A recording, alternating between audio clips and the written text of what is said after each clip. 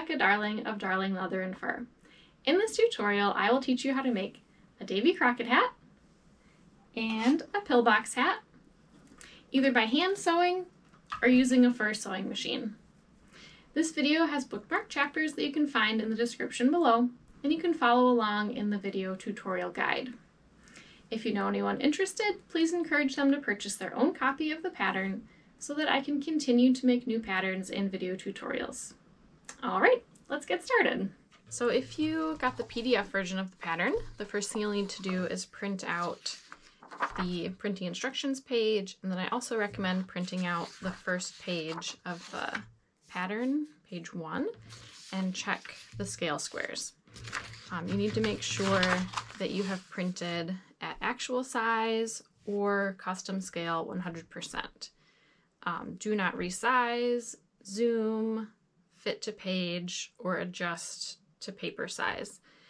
If you do that, you'll probably end up with the wrong scale. So print those out and then check either the 1-inch scale square or the 4-centimeter one with your ruler. That one looks good. And then I've also printed page 1 of the pattern.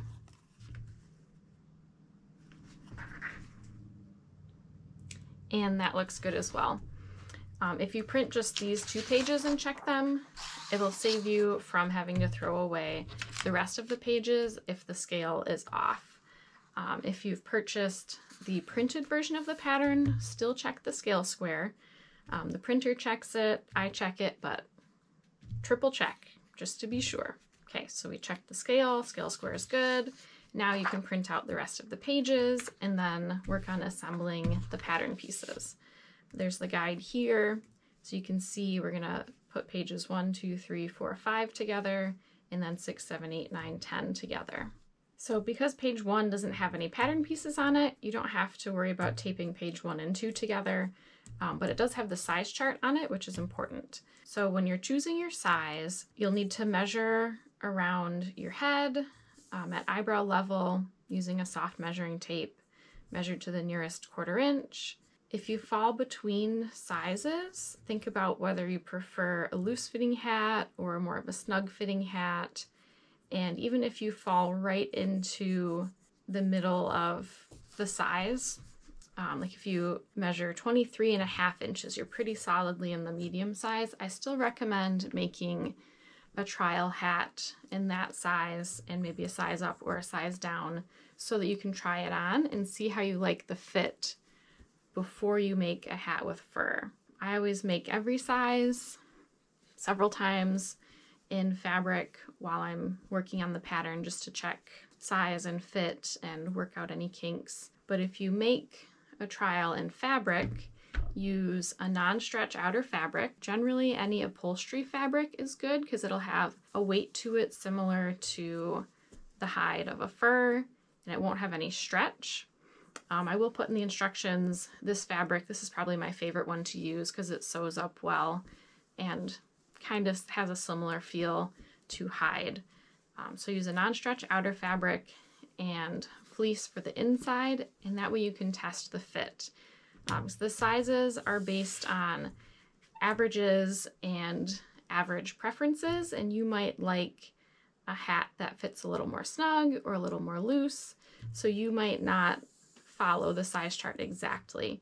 And then also while you're sewing, if there's a little variation in your seam allowance compared to the recommended seam allowance, that will affect the fit as well. So that's why I recommend making a trial hat or 2. So once you've done that and you've decided on your size, we'll start taping the pattern together. So we don't have to worry about page 1, like I said. And then we're going to have page 2, 3, 4, 5. And I'm going to get these ones together first. So the lines on the side here is where the pieces will actually need to line up. We'll need to make sure that these diamonds or these triangles match up to make a diamond, and that our pattern lines are continuous and straight. And then also along the bottom and top edges, there's these little semicircles with a letter in them. So we need to make sure that all the B's are matching, C's, D's, etc. So I always start by leaving the first page and then cutting off the left side of the next page. And then line that up and tape it together. And there's another scale square on the pattern piece if you want to check that as well.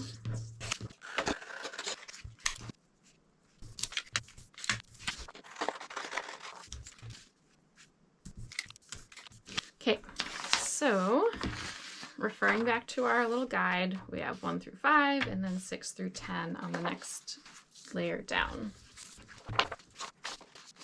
Okay, I don't have to do anything to the first page, and which is page 6. On the next page, page 7, I need to cut off this left side and the top so that I can match up here and here.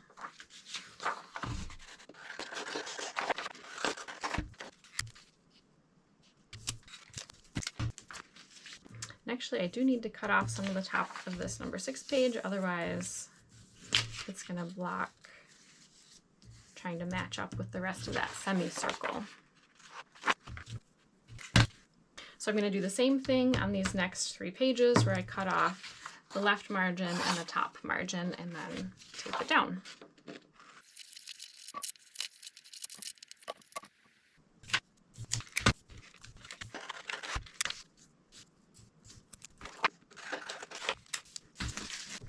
The most important part of lining up the pages is lining up the lines on the actual pattern pieces. So those are going to be our cut lines.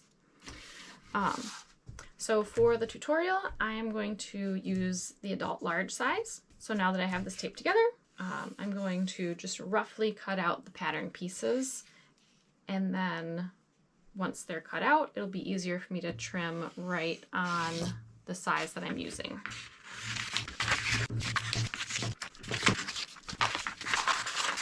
So now that they're roughly cut out, I'm going to go through and cut out the size that I'm using, which is going to be adult large, and I'm going to cut right on that red line all the way around each piece.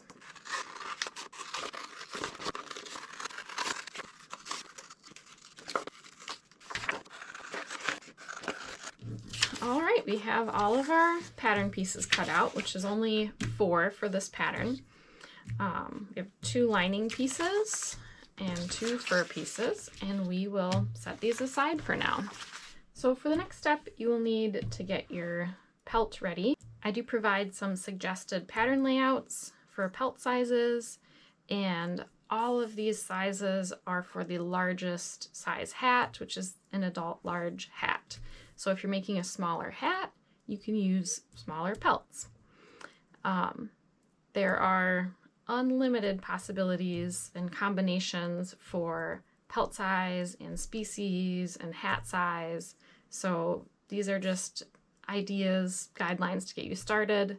It's not the law. And you might need to adjust the layout based on the pelt size, if there's damage you're trying to avoid, or just your personal preference. And the pelt sizes are based on the dried pelts, the size of the dried pelts, not tanned pelts. When pelts are tanned, they shrink about 15%. And then when we block them, we will get that 15% back. So this is an extra large raccoon, and you can see if I put the pattern pieces right on it, it's not going to fit. It looks like it's not going to fit right now.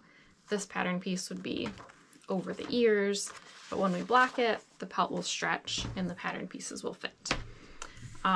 So suggested layout for beaver pelt, coyote pelt, and you'll notice with the coyote pelt, I would avoid this area between the shoulder blades, where the coyotes have like a really long ruff of fur between their shoulder blades, and then they also have really long hair on their spine. So I generally avoid that with this style of hat and just space the pattern pieces out so that I'm not using that spine area on the sides. If you're using an otter, you could scooch those pieces together, more like how they're laid out for the raccoon. And then for muskrat, you're gonna need at least 3. And to get the large hat, you will need 2 3XL muskrats, which I know is kind of rare, but if you were doing the medium hat, you could get away with 2XL. The other thing you can do if you don't have muskrats that are long enough is cut the pattern piece in half and then cut the piece out from 2 separate pelts and then sew the pattern pieces back together. So if you did it that way, you would need 4 smaller muskrats to get your finished 2 pattern pieces. And then about 3 large skunk.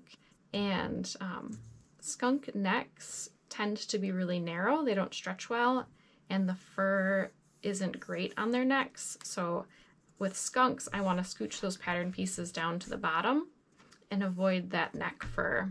And then I'll mention it again when we get to the point where we're sewing these pattern pieces together, but we would sew them differently for skunk. And skunk's the only one where I would sew them together differently. So if you're using skunk, we'll discuss that later on in the process. All right, so we have our pelt selected, and now we need to split it open if it's a cased pelt. So the way that I find is easiest to open pelts is to turn them inside out, and then cut right up the center. And generally, on most species, you can see where the nipples were, and that will give you a mark for center line. And then there's also usually some marks where the chin whiskers were.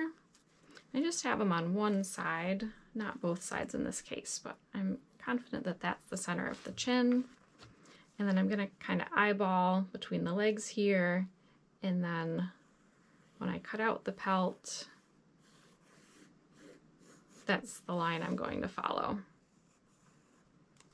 You want it to be pretty straight, but this is a case where we're going for pretty good, not necessarily perfect.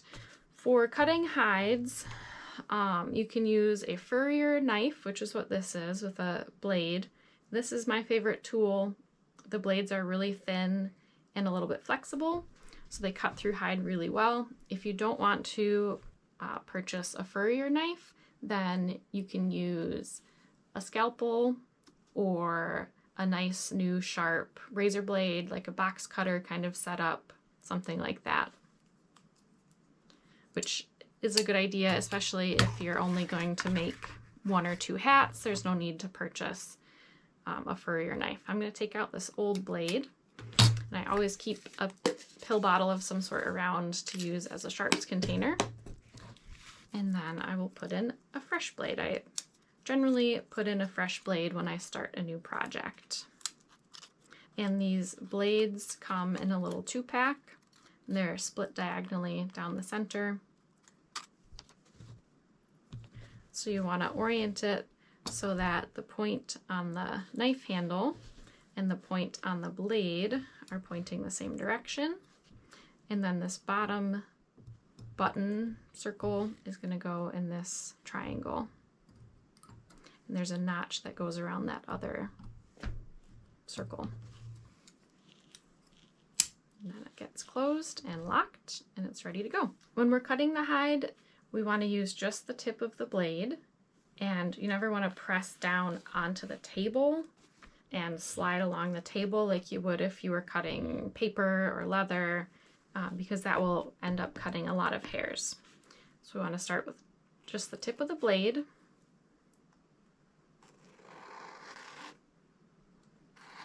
And do shallow cuts. And this doesn't matter so much when you're cutting the belly. because generally speaking, we're not going to use this edge of the fur. And almost all species that are cased are cut up the belly, from the belly to the chin, to be opened up.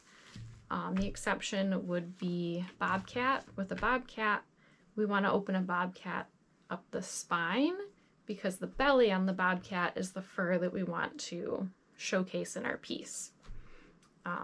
Whatever pelt we're using, the part that is the nicest that we want to showcase in our finished piece is not where we open the pelt. Okay, so now that the pelt is opened, I'm going to cut off the tail and the face and open up the leg holes. If you plan on doing the Davey Crockett style hat, try and get a nice straight cut on your tail. That will save you, or a nice perpendicular cut on your tail, because that will save you from having to trim it down later.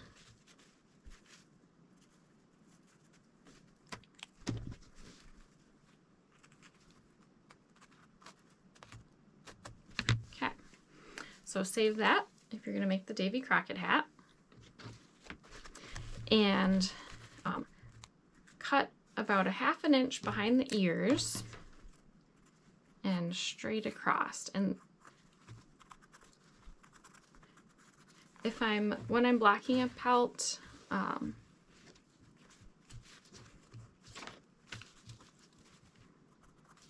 always cut the face off of a pelt because having the face on there will restrict how wide I can stretch the neck. And then in this case, we also are going to use the pelt for the Davey Crockett hat. If you're just doing the Pillbox hat, you don't need to use the face. So I'm cutting it off with a fairly straight line, about a ½ inch behind the ears. Okay. And if you're making the Pillbox hat, you would just set this aside. If you're making the Davey Crockett hat, you'll need to use this and get it soaking in some water.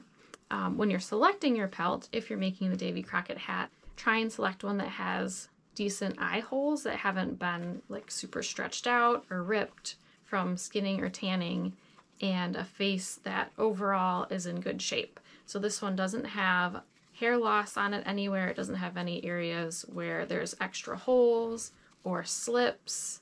It's in good shape, which is what we want for the Davey Crockett hat. So I need to get this soaking in some water. So if you're using the face for the Davey Crockett hat, you're going to need a container of some lukewarm water to soak the face in so that we can shape it for the hat. That way we can take a face that looks like this and make it look like this. So I like to use a Tupperware so I can put the lid on and then hopefully prevent spilling a bowl of water over my work surface.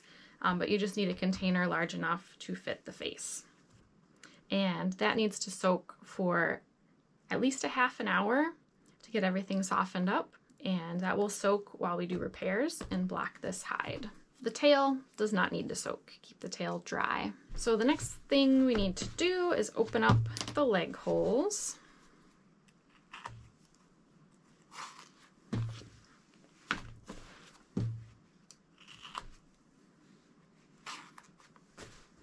And then we need to mark the center line and then also mark the transition from the back fur to the belly fur. So I really want to try to avoid using this really sparse belly fur if I don't have to use it. On coyotes and fox, they usually have a bald patch on their flank there. That transition from the belly to the leg is usually pretty bald, so I would want to mark that on them. So we'll start with marking the spine. And on raccoon and coyote and fox, skunk, species with a nice tail, once you cut the tail off, you can see how that fur changes. It's shorter on the sides, longer in the middle, and you can mark the center based on looking at that. With a beaver pelt, they don't have much of a distinguishable spine line like a raccoon has a fairly distinctive line down the spine. A lot of other species do as well. So with a beaver, I would just roughly eyeball it, hold the spot with my finger, and then mark it on the underside, which is also what we're going to do on the neck of the raccoon. So you can see on the neck, the fur looks different as we go from side to side. You can see that line of the spine, and it's kind of crooked, which is normal. And then we have those points, which would be like the underside of the chin. And looking at these and the spine, I'm going to mark the center here and then transfer that line to the underside of the hide. And again, we're going for pretty good. We're not necessarily going for perfect, because once we have this hide blocked and once it's a garment, this spine line is going to move as the hair moves. It's never, even if you mark it in the exact center, it may not look like it's the exact center based on the movement of the hair at any given time. So going for good, not perfect. Don't waste a whole bunch of time trying to get the line exact. So now I'm just going to connect those. And then I need to mark the line where we transition from nice fur to belly fur. So I'm going to do that by feeling with my fingers on the hair side of the pelt. And where I feel that transition, which is right here, I'm just going to put a little mark kind of all the way up and down into the armpits a little bit. And that will act as my guidelines when I'm blocking the pelt and I'm laying out my pattern pieces. That ideally I would like to keep my pattern pieces inside of that mark, which may not always be possible based on the size of the pelt, but that's the goal. Okay, center line's marked, belly fur is marked. If you have a pelt that has really nice belly fur, like some western coyotes have really nice belly fur, then you might not have to worry about marking that, but you'll probably still need to mark the flanks. Some red foxes have nice belly fur, so you might not have to mark that. Beaver obviously has great belly fur, so we don't have to mark that at all. Now we are going to do repairs on the pelt and then block it. So when we are examining the pelt to see what we need to repair, we need to look at the hide side and the fur side. So from the hide side, I'm going to look for any holes. You can see a little hole here. There's a little hole here. There's a big hole here. And then you can also look for areas that look scarred, because sometimes if there's a scar that's visible on the hide, there's a scar also on the fur side that shows. I don't see any scars on this pelt. So this spot here looks a little bit different and feels thinner than the surrounding hide, so that's a spot I want to check on the fur side to see if there's a bald spot there. And there isn't, so that looks good. I don't have to worry about repairing that. But I also want to brush the fur, because that can help me see if there's any bald spots or scars on the fur side.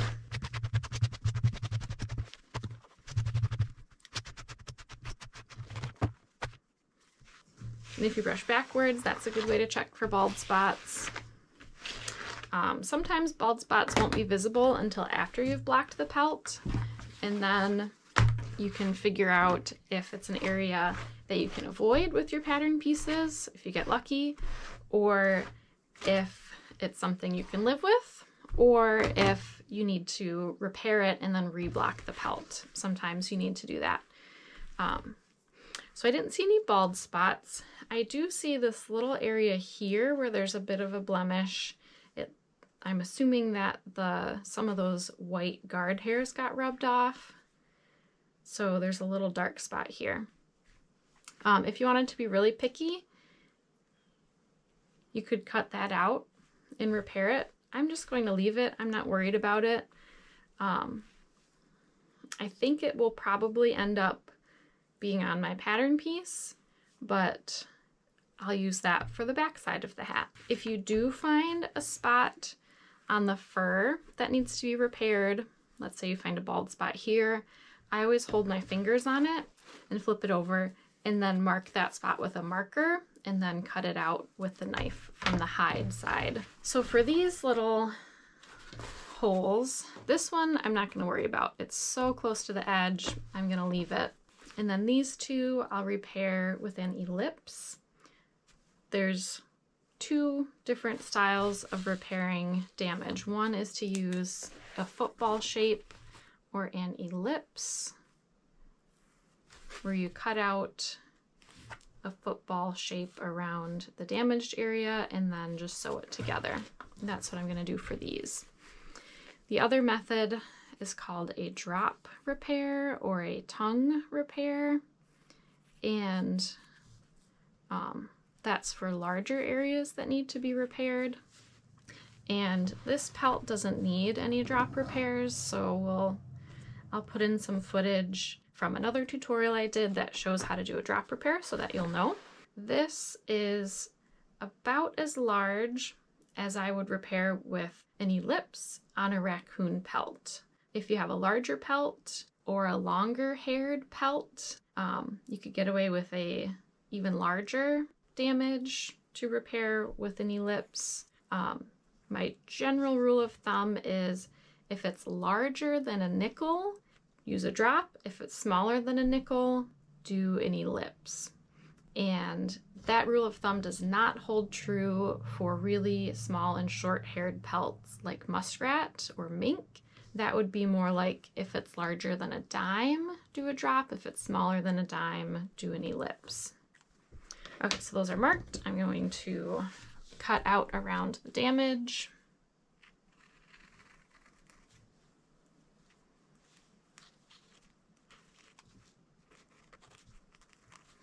And again, I'm using just the tip of the blade. I'm holding the hide off the table. I'm not pressing it into the table. And that's to minimize how many hairs I cut. And never use scissors. But if you were to hold the fur against the table and cut, then you end up with a whole bunch of cut hairs, which will make it makes a mess, and it'll make your finished product look bad.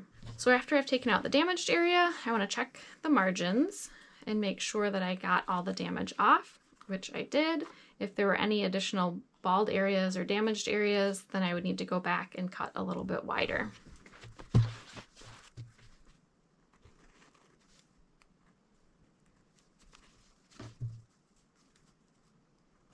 Be very careful of your fingers underneath the hide. Okay, check the margins. That looks good. I don't have to cut out any more. And now I will sew them closed. I'll start with the hand sewing, so you can learn how to hand sew, and then I will use the fur sewing machine and go over some of the instructions with that. For hand sewing, you'll need some thread. This is just a Coats & Clark upholstery thread. You just need something that's an upholstery weight. It doesn't have to be super thick. And some wax if you want to wax your thread. This is just a little beeswax candle.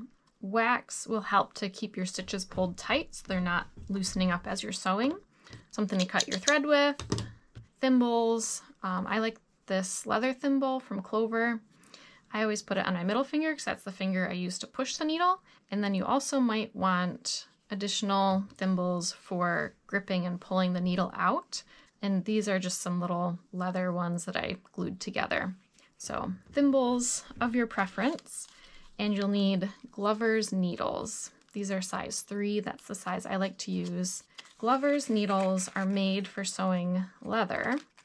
And they have this triangular, sharp cutting tip, which goes through leather way easier than a traditional needle. So a glover's needle is an essential part of hand sewing leather, or hides in this case. And we're going to be doing a whip stitch. So you need some thread, generally about twice as long as the seam that you want to sew. If you're sewing a short seam, then you need it even longer so that you have plenty to tie off at the beginning and the end. So I thread my needle and tie the thread different than how a lot of people were taught, different than how I was taught. I'm going to thread my needle after I tie the knot, and I'm just going to tie the knot through one piece of thread. I'm not putting the two pieces together and then knotting. I'm just tying the knot on one piece of thread. So you need to make a loop with the thread like that. And then I need a big knot, so I'm going to pass that thread tail under 4 times. You could do more or less depending on what you need. That was 2, 3, 4.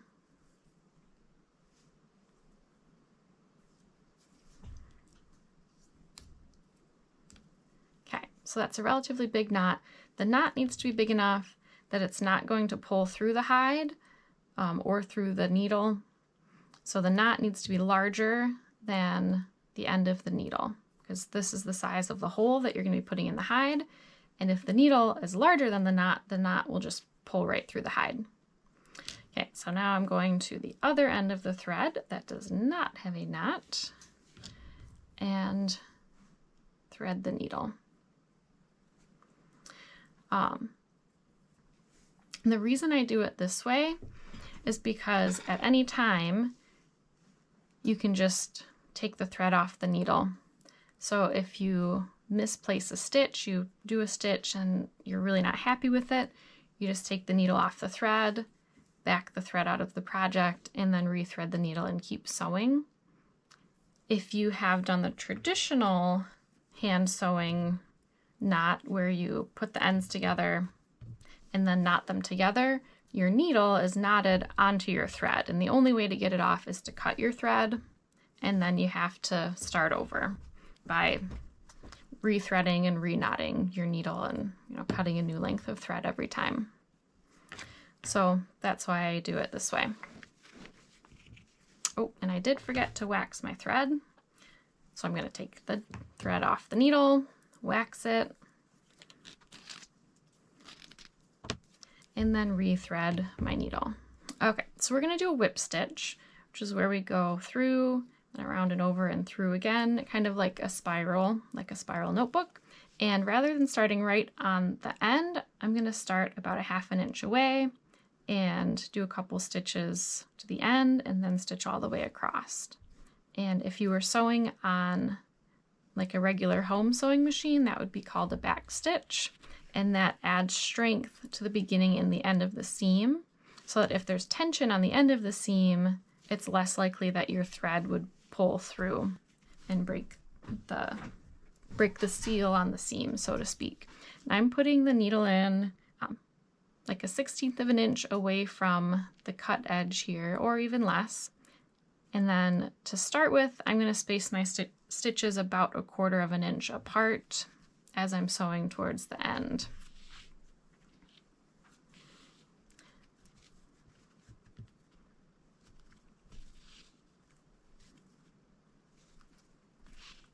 Okay, so now that I've reached the end, I'm going to sew back this way. And I need to be careful to sew in between my previous stitches. If I sew right through the same hole, because this needle is so sharp and has this cutting edge, it might just cut through the thread. So in between my previous stitches, I'm pulling the thread tight as I go.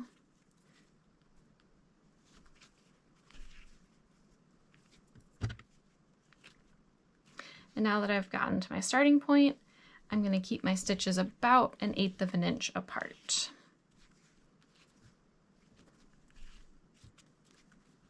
And as you go, just push the hair in with the needle.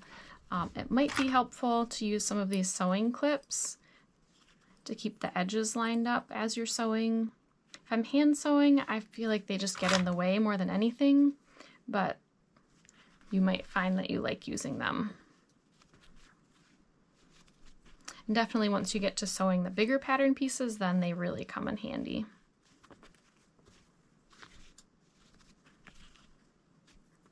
Okay, and let's say I put my needle through there on accident.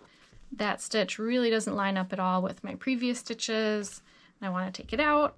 All I need to do is take the thread out of my needle, and then I like to use the blunt end of the needle to pull that thread out, and then I can re-thread my needle and keep sewing.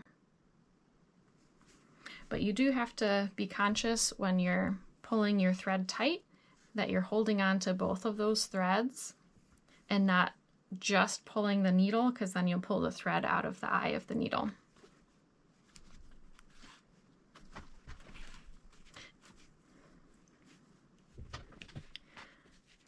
So in general, fur is sewn with would be called a 0 seam allowance, which means that when you're done sewing, the edges of the hide will end up being next to each other, flush with each other.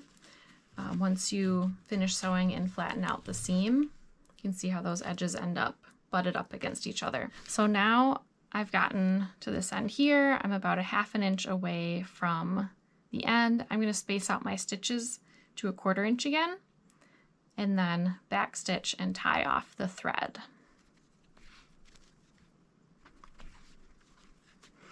Okay, I did my back stitching. Now I need to tie off the thread.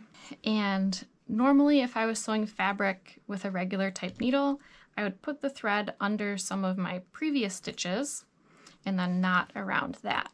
But if I do that with this needle, I'm pretty likely to just cut those threads, which I don't want to do because then I would have to sew it again. So instead, I'm going to put the needle through just one side of the hide just to catch a little bit of that hide. And then I'll do my knot. And I always do what I call a figure 8 knot. I'm not entirely sure if that's the actual name of it. But once you get the needle through, you're going to pull until you have one loop. I'm going to put the needle through that loop and then pull until I have a second loop. And then I'm going to go through the top to the underside, through that loop, and then slowly pull the thread until it knots. And then I'm going to do that one more time and then call it good. So same thing this time. Pull it until I have a loop, put my needle through the loop until I have a second loop, and then top down to go through the second loop. Pull that so it's tight, and then I'm gonna leave my thread tail fairly long. This will end up inside the garment, so it won't be visible on the finished product, and keeping it long will help prevent that little knot from untying. That looks good, I'm happy with that. And now we'll go over to the first sewing machine and I'll sew up this little hole. So this is my first sewing machine. It's a Texo 202. For the modern machines, Texo is the only option for newly manufactured machines. And I do recommend the 202 if you're sewing garments with wild fur. They have a couple different models. They also have the 402 and the 602, and those are just for if you're sewing exclusively heavy, thick fur items. Like if you're only sewing with bison or only sewing with bear or cowhide, those would be the machines to go with. The 202 will sew lightweight furs like muskrat or mink, and it will also sew bison and bear. So it'll give you the most range from thin to thick. It's not going to do quite as good of a job at sewing the really thick hides as the 402 or the 602 would do, but those machines, the 402 and the 602, will not do a good job sewing thin hides like fox, muskrat, mink, that sort of thing. So in my opinion, the 202 is going to get you the most range. It's So if you have a vintage machine, those are great too. For threading, follow your manual to go through all the little parts that you need to thread. And then before you start sewing on your project, you need to make sure that your tension is set correctly and that the distance between your stitches, which I call the stitch length, is also set correctly, or how you want it to be set. You need to have the right size needle and thread in your machine. And there are some guidelines in the pattern for thread and needle size for different species. Generally speaking, if you're using a thinner skinned species like fox, muskrat, mink, you need a smaller needle. If you're using a thicker hided species like beaver, then you need a bigger needle. And then the same with thread. If you're using a really thin-skinned delicate species, you need a really thin thread. If you're sewing with a thicker skinned species, you need a thicker thread. So there's some guidelines in the pattern instructions. That's in the supplies part of that. If you want more specific guidelines, then there's also a blog post on my website that goes into some more detail. In general, I've found that you probably need the needle and thread to be finer, smaller than you think. We're putting a lot of stitches close together, so you don't really have to worry about the strength of one thread when you're having 20 stitches per inch. The strength of the thread adds up. You don't need really thick, heavy thread, and a lot of times if you're using like a leather weight thread or an upholstery weight thread in your first sewing machine, you're going to end up with a lot of skipped stitches and tension problems and a seam that doesn't look as nice after it's sewn. So that's on thread and needles. These two discs here are the equivalent of the feed dogs in a regular sewing machine, if you're familiar with that. The back one is the driving needle. That's the one that spins with the machine motor. The front one, the one that's towards you, spins when the back one spins, but it spins passively. So there's no motor, there's no drive attached to this wheel that's facing towards you, which does create some complications when we're sewing. We'll get into that later and how to counteract that. The Texo 202 also has a set screw down in here, and you can adjust that if you push it in, so screw it in tighter, righty-tighty. It creates a gap between these wheels, which is handy if you're sewing thick hides. And if you back out this set screw, it eliminates that gap, which is good if you're sewing thin hides. And then down here on the side is the lever that adjusts the distance between stitches. And in general, if we're sewing a really thin hide, we want our stitches closer together. If you're sewing a thick hide, you can space them out a little bit more. So before you start sewing on your project pelt, which in this case we just have this little repair to do, you should always do some test stitches on some scrap fur or hide of a similar weight. So I have some raccoon scrap here, and I'm going to do some test stitches to see if I like how my machine is set up. And I'm sewing very close to the edge, like a 1/16 of an inch or even less away from the top.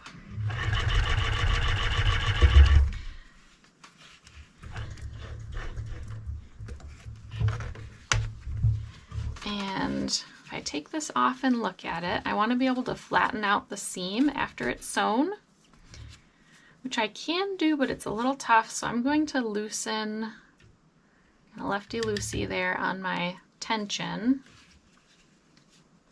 Now I'm pretty happy with the distance between my stitches, so I would leave that and check again.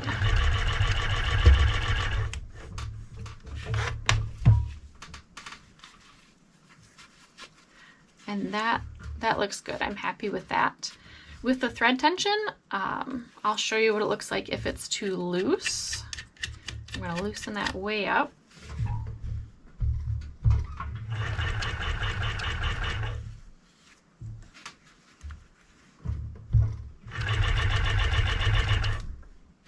So if the thread tension is too loose, you'll end up with these little loops along the seam. And then when you go to flatten it,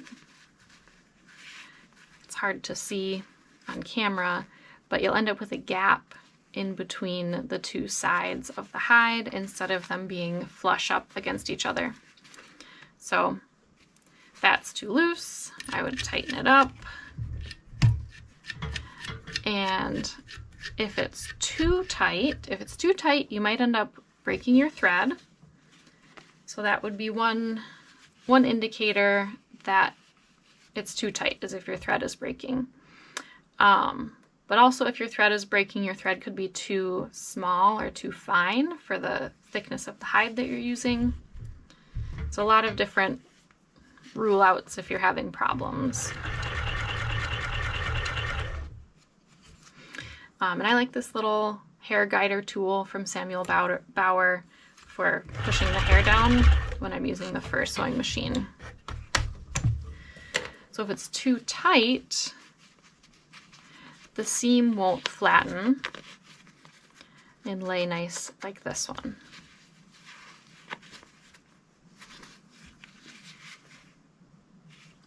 So I'm going to adjust it again to about where I think it needs to be and check again.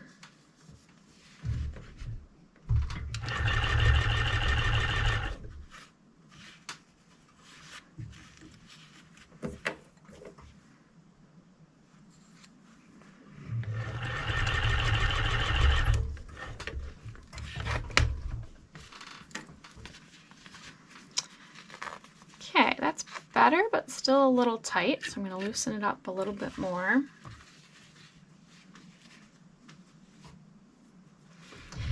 And if your hide is thinner, your thread tension can be looser. If your hide is thicker, your thread tension will need to be tighter, and sometimes it changes while you're sewing the same pelt. If you look at this raccoon pelt, this is the one I'll be making the hat out of. Up behind the head here where we cut off the face, that's quite thick. But back here, this is like the armpit kind of area where I have this little hole to fix. The hide is much thinner. So if I had a seam or a hole going from the neck down to here, I would have to adjust my thread tension as I'm sewing. And as I'm sewing, I'd be looking to see if it starts to look different, then I'll know I need to make an adjustment.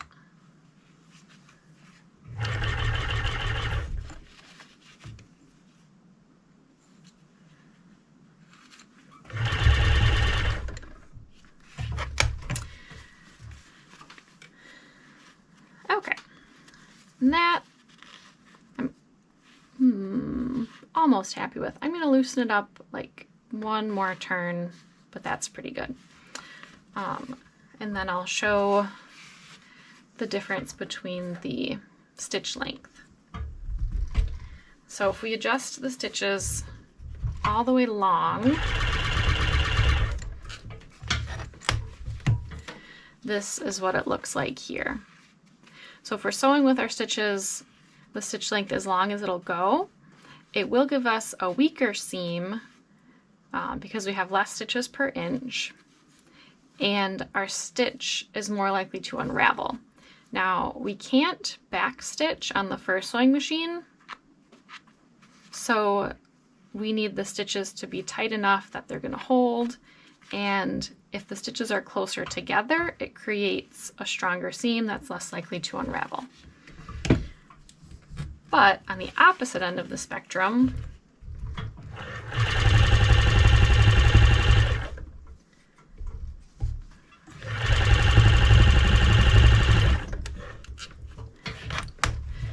if we have our stitches too close together, like they're almost on top of each other there, we're putting a whole bunch of perforations into this hide, and it would be more likely to tear right along that seam.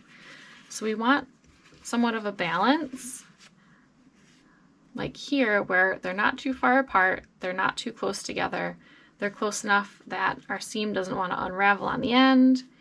It's holding the sides together nicely. And as you sew different types of hides, you'll get a feel for what works for your machine and your style of sewing. So now that I am happy with my stitch tension, but I messed with my stitch length, I need to readjust that until I'm happy with that again. That's too far apart. Still.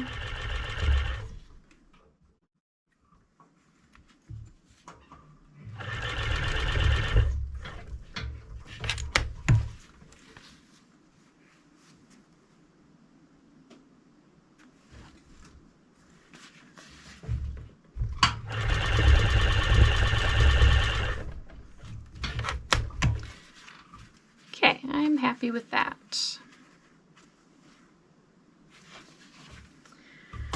So now I'm ready to repair this little hole. I'm going to start a few stitches in front of the end of the hole, and I'm going to end a few stitches beyond the end of the hole.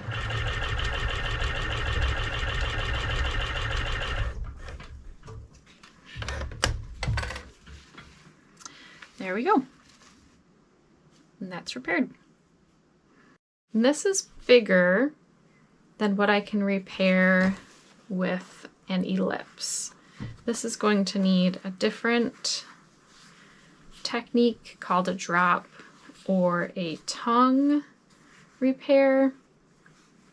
So I need to mark the edges of this. I'm going to feel from the other side for the boundaries of that bald area. It's pretty much going to end up being that whole stamp.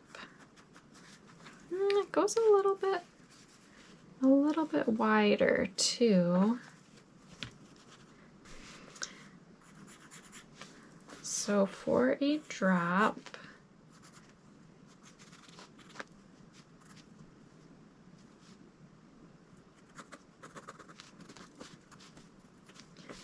I'm going to take a piece like this out to remove the damage. And then I need to have, let's see, that wasn't quite centered. A big triangle piece like this. So I'm going to take out that piece, that's the damaged area. And then I'm going to cut this triangle, slide it down, so the triangle will be sewn here and then into there. So if your hair is going this way, there's a couple different ways you can do drops, depending on the shape of the damaged area. So you could do a simple square. This is your damaged area. Or you can do parallelogram. But you need to make sure that these lines on the side are parallel with the way that the hair is flowing. If the hair is flowing this way, you cannot do a sideways drop. One thing you can do is if the area that you're cutting out is really large and towards the center of the hide you have hide on the top and the bottom, you can do a double drop where this is the damaged area that you're cutting out. You're going to cut out this piece and slide it to the middle here, cut out this piece and slide it to the middle here, You sew them together here, and then you sew them into that V again. These will make more sense once you see this one done, but I'll also do a little demonstration on paper. That'll make it easier to understand. So small repairs, we repair with an ellipse shape, and you just cut out the ellipse,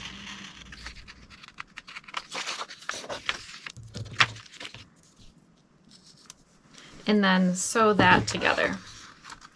You can see when you sew it together, it distorts the paper. You're going to sew that together. There's going to be puckers on either end. It's not laying flat anymore. We just discard that part of the ellipse. With large areas of repair, if we took that out as an ellipse, it would distort the paper a lot when we sewed those edges together. So for larger repairs, you can do a single drop or a double drop. And to do that, we cut out the damaged area, throw it away. Then we cut this triangle and we keep it because the triangle is not damaged. And we slide the triangle down. And then that gets sewn there. And then this edge gets sewn up to the point. Let's see if we can make the paper bend enough for this. Okay. And then we sew this side all the way up.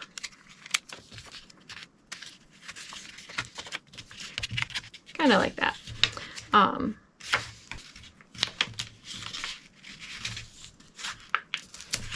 of like that. It's easier to do on the hide though. So that we save more of the hide, we don't have to discard it. So when we do our ellipse, we discard the whole piece that we cut out. If we're doing a drop, we only discard the damaged area. We save the rest of it. So this is good for big repairs and it causes less of a disruption on the hide. If we have a really big repair, we can do a double drop.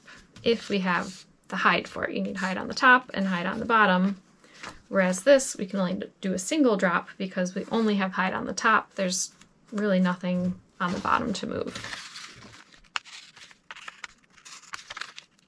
Okay, so we're discarding that damaged area.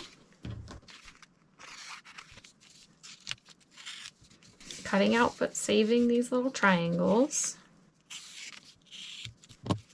And we've marked the middle of the damaged area. So I left marks on the sides so I know where the center is. So I can move this to the center and move this to the center. And those get sewn to the center. And then you sew up one side, sew up that side, and then you sew that side closed all the way up. Hopefully that helps explain it. You'll see it on the hide also. So cut this out.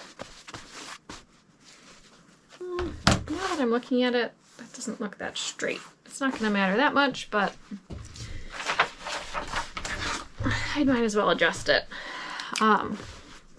If you drew some lines on the pelt and you decide you don't like them, use a different color so that you're not confusing yourself on which line to cut.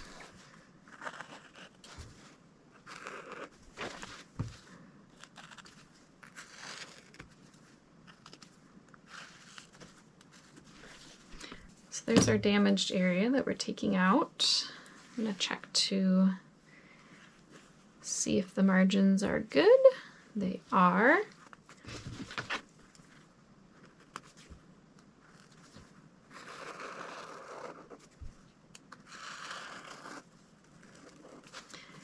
I'm going to cut this almost to the end, but not quite. I'm leaving it attached a little bit so that this piece doesn't get lost.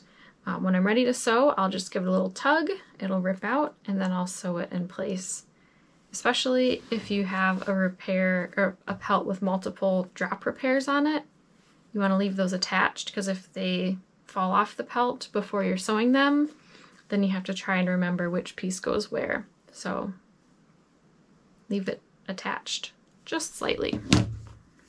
Okay, so I'm ready to pop that out. And I do find it easier to sew up one of the sides first rather than trying to sew along the bottom edge. Because on the bottom edge, this hair is just sticking straight out and it's hard to get it in there and sew. So I'm going to save that for last and sew up the sides first.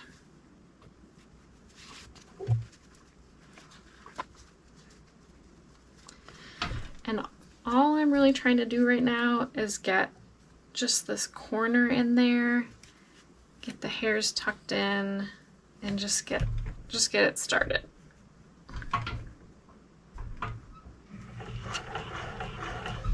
Once I have a few stitches in, with my needle through the hide, I can even open the wheels so I can get better control of the hair, tuck the hair in, and do a few more stitches. With the first sewing machine, you're almost always just going to be sewing a little bit at a time and adjusting as you go.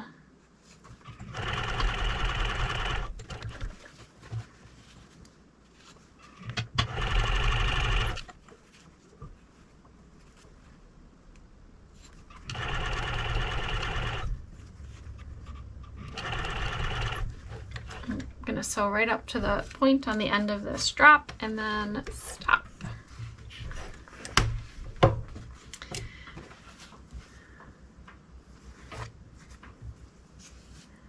Okay, so I sewed up there and stopped at the end of that point. Now I'm going to get this corner in there and sew all the way up to the top here.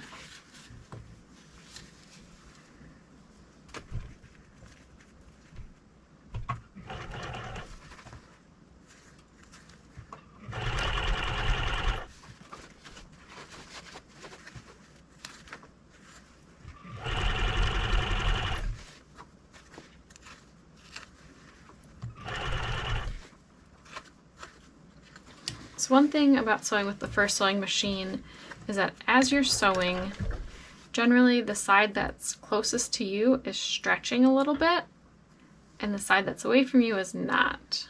So it's not too bad right now, but sometimes this side stretches and then it looks like it's going to have a big loop on the end if you keep sewing. So to counteract that, every now and then I use the foot pedal to get just a tiny bit of space in between the pelts, and then I push my thumb on this wheel that's towards me to put just a little pucker in the hide so that I'm counteracting any of the stretch that's occurring.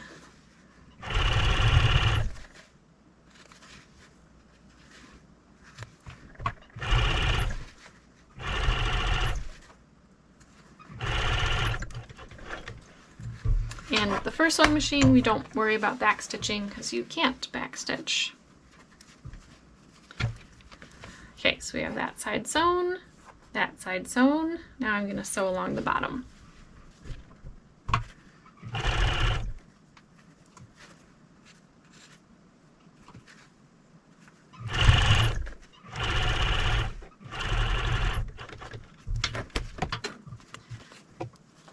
All right. So that's sewn in there. You can kind of sort of see the disturbance in the fur where that's sewn in. Once it's blocked and brushed, you won't see it at all. And you can't even tell where that repair is. That's right here. So after you've sewn up the repairs, the next step is blocking. Blocking is the process of rehydrating the hide, getting it wet with water, stretching it to restore its size back to what it was before it was tanned, and then stapling it out and letting it dry so it'll dry at the size that we want it to be. You'll need some sort of sprayer with water. A spray bottle works. If you're doing a lot of hides, a pump sprayer is really nice. Just make sure that it hasn't been used for anything else. And a brush, like a horsehair shoe brush, is optional, and you'll need an old towel to wipe up the water off your table. So just plain water in your spray bottle. Although if your hide is older, if it's really yellowed and feels dry, then you can get a product from Samuel Bauer called Ease Leather, and you can dilute it with water, and that'll help restore some moisture to an older hide. But it's not going to work miracles. If you get your hide damp and it's just tearing like tissue paper, unfortunately that hide is unusable. It would be past its usable lifespan. But if you just need to add a little bit more moisture in, if it's feeling a little dry, then that Ease Leather will help. But this is a nice freshly tanned hide, so we don't need that. All we need is just plain water. So I'm going to spray down the whole thing.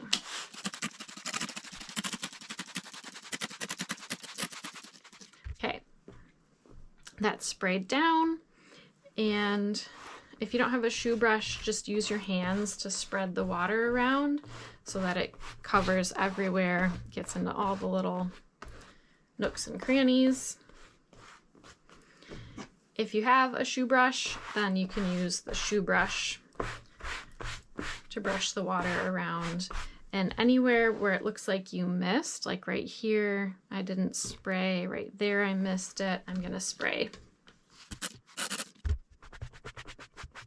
Another method is to have a bowl of water, and you dip the brush in the bowl of water and then brush it onto the hide. That works well, but I'm afraid of having an open bowl of water on my workstation because I would probably tip it over. So that's why I do the spray method. This got its first coat. Ooh, I'm gonna add a little bit more right here because it feels more dry than the rest of the pelt. Okay, this got the first spray. I'm gonna fold it hide to hide, clean up any overspray, and then I'm gonna let this sit like this for 10 or 15 minutes or so to let that water absorb, and then we're gonna spray it again. Generally, we need at least 2 rounds of spraying and soaking in, sometimes more if the pelt is thick. Okay, so this sat for about 15 minutes to soak in. I'm going to give it a stretch widthwise and lengthwise.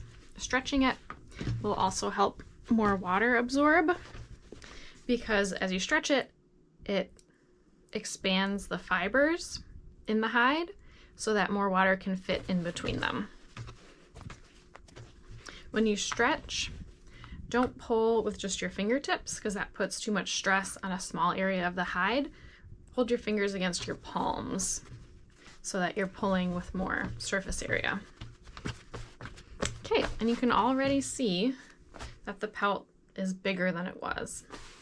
I'm going to give it another spray and let it sit again for another 10 or 15 minutes.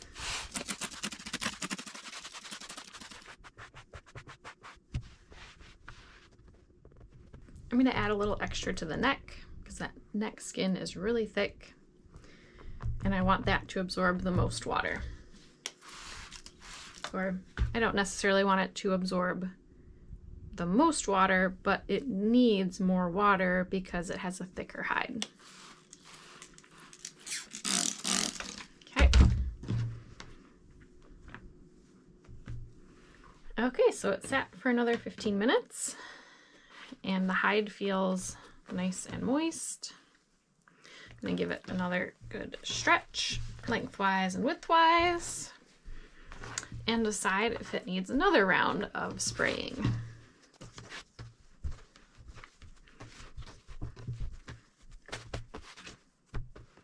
Okay, I'm happy with how the hide feels and with how much it's stretched. It feels moist but not wet. It doesn't feel dry, so it does not need another round of spraying with water, but sometimes you do need 3 rounds of spraying with water. I'm just going to take a peek at how the pattern pieces are going to fit on here, and then we'll block it.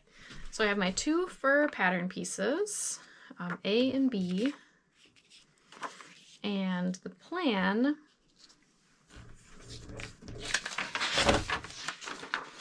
looking at the pattern layout, I guess we're looking at it this way, is to get two B's next to each other and then A on the top. So right now, we're still a little short. This corner of pattern, we'll flip it the right way.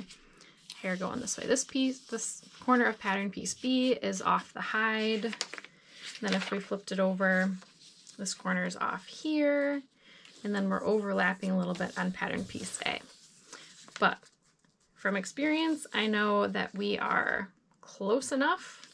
And when we stretch it more, when we block it onto the board, these will fit. So I'm going to set this aside for now and get my board out. Okay, so for stapling out the pelt, I use what's called a Homosote board. It's a pressed paper pulp board that is usually used for soundproofing, but it holds staples well, and the staples are easy to remove, and it's a lighter weight than plywood. You can find it at some big hardware stores like Menards, Lowe's, Home Depot. They don't all carry it, but hopefully you can find one within a reasonable driving distance that carries it if you want to buy some.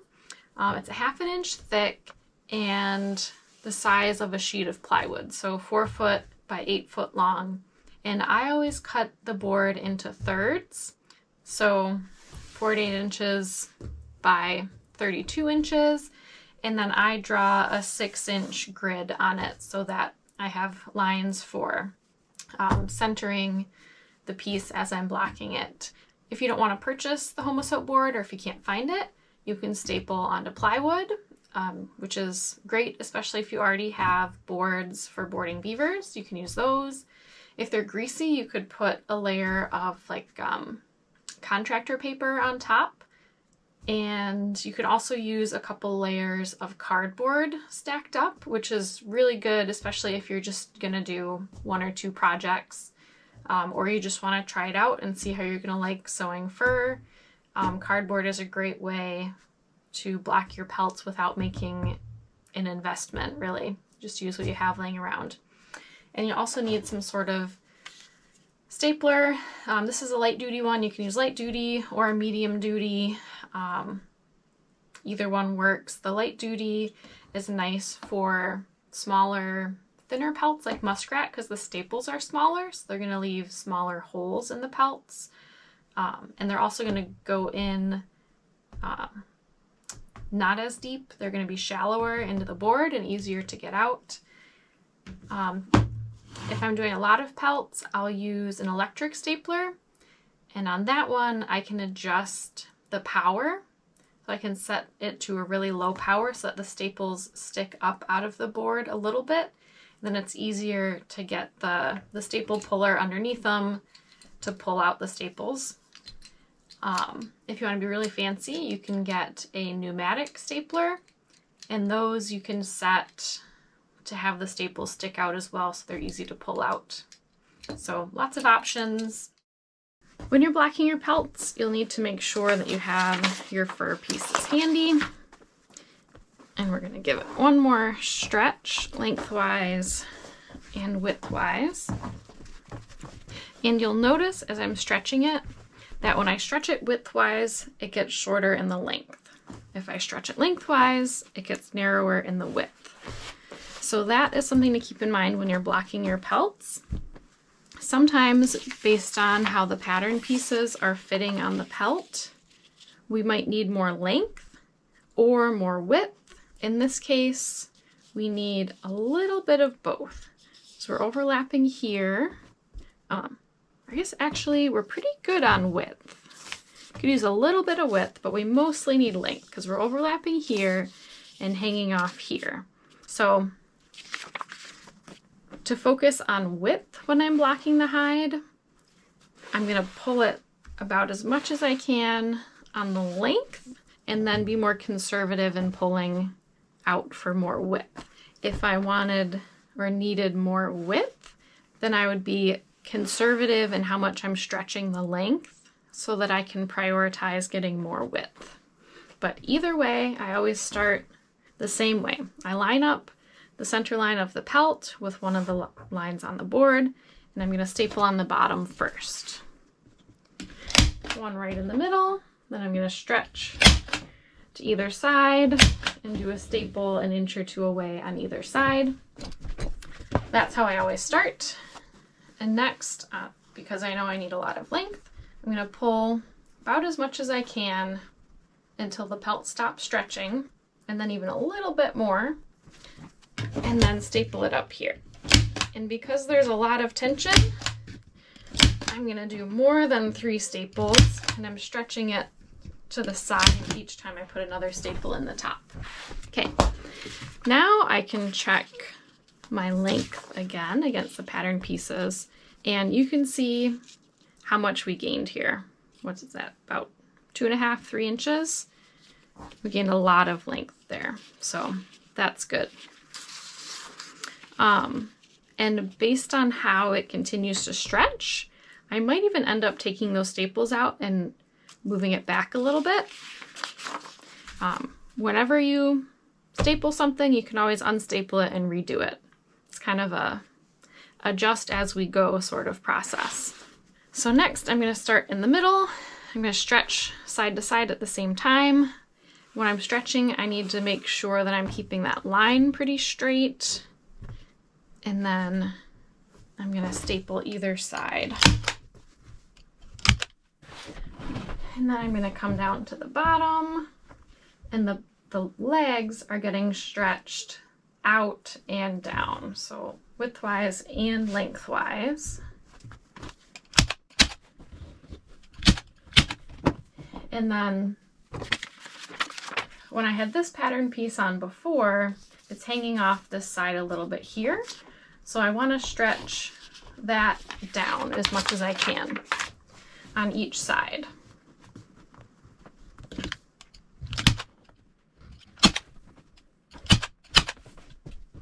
Okay.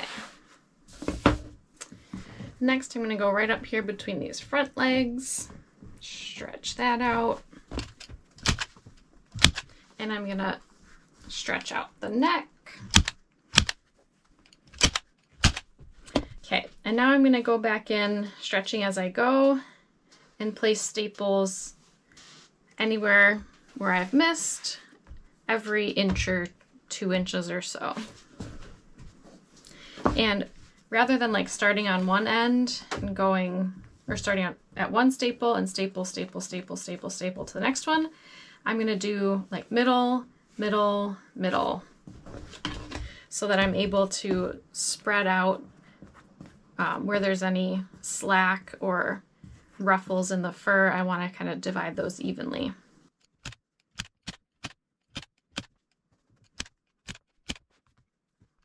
Okay. I'm happy with that. If I had any pattern pieces that were going to end up really close to the edge, then I would want to add more staples, or like that. Because anywhere where there is space between staples, as it dries, that's going to pull in a little bit and create a little scallop, which isn't going to matter with these pattern pieces because they're far away from that stapled edge. But if you have any case where your pattern piece needs to end up right next to a stapled edge, put your staples a lot closer together. And the purpose for blocking is to get the pelt to be larger. We're getting the surface area about 15% larger because we're blocking it. We're restoring it to the size it was before tanning, because tanning causes shrinkage. We're also getting a really nice flat surface. All the wrinkles of the pelt are out. It's taut, kind of like a drum, and that makes it easier to cut and sew. And then because we've removed all the stretch from the hide, it's much easier to sew because it won't be stretching as much as we're sewing. So that's looking good on this side. And this side, I am overlapping my guideline a little bit there. That's the line that marks the transition from the back fur to that really sparse belly fur. And And if that happens to you, you could decide it's fine and leave it, or you can take out some of these staples, pull it a little farther and staple it again. And that's what I'm gonna do. I'm gonna take out some staples and pull it a little tighter. And I don't need to take out all of the staples, I just wanna focus on this area here. And you can get some extra slack by pulling your hands over across the hide and bringing some of the slack with you. Okay, let's see how much of a difference that made. A little bit. It also, though, if you notice, it pulled the center line this way off center, which isn't really going to be a big deal in this pattern. There are some patterns you use where you might want a straighter center line, but it's also possible that the center line wasn't drawn completely straight to begin with, especially because I marked it at the top and the bottom and then I just connected it. So if the pelt was skewed a little bit in the center, it may have looked like my line, or my line may have been straight, but it may not have been on the exact spine of the pelt. So I'm okay with that wavering a little bit over this way. And I'm happy with how these pattern pieces are fitting on this pelt. The pelt needs to stay on the board and dry for at least 8 hours. Usually if you can leave it overnight, that works. If you have more pelts to stretch, you can stretch on both sides of the board. So you could flip this over, stretch a pelt on the other side, and then you would have to take it off the table and stand it up against the table or leaning against the wall so that it can get airflow on both sides to dry both pelts. All right, so if you are doing the Pillbox option, then you would be done with blocking and working with the pelts for now. If you're doing the Davey Crockett option, then you need to grab your face and maybe your tail. With most species, you won't need to block the tail. With skunk, you may need to block the tail.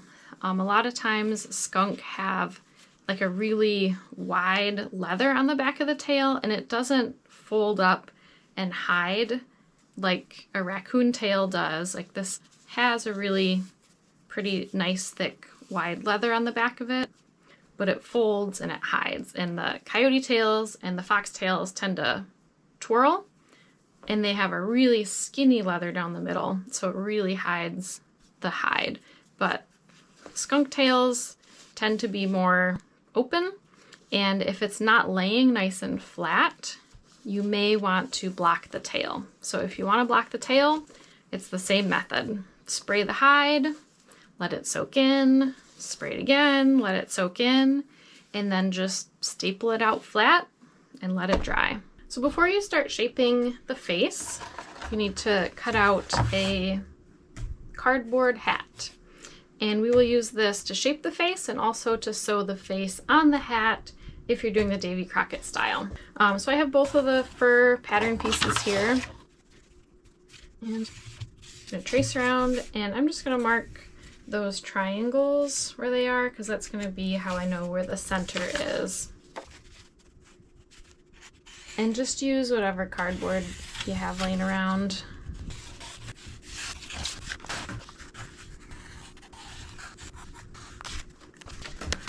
And for the top, we need this to be smaller than the actual hat we're making so that we can fit the actual hat over top of it. So I'm gonna make this smaller by like 3/8 of an inch, 1/2 inch, somewhere around there. It doesn't have to be perfect. And I'm gonna cut out this smaller circle of the top and the 2 side pieces. Make sure you have something cut proof underneath if you're cutting it out like this. You can also use scissors if you want to.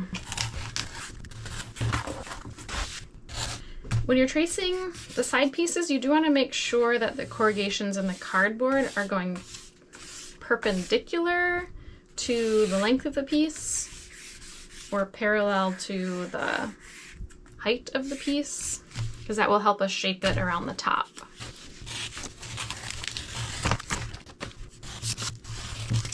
Okay, I lost one of my center marks, so I'm just gonna eyeball it. That's good enough. My top, my two side pieces, and I need these to bend. So I'm just gonna bend this a bit, so when I go to bend it around the top, it will follow the curve how I want it to.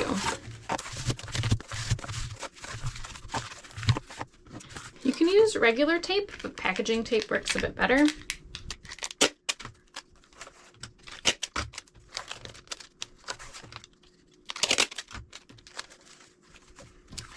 So I'm going to start in the middle by matching up those notch marks.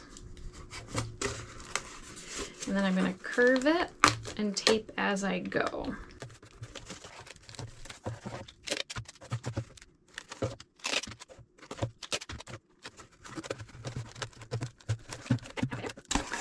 Okay, so the front piece is done. Now we'll work on the back piece.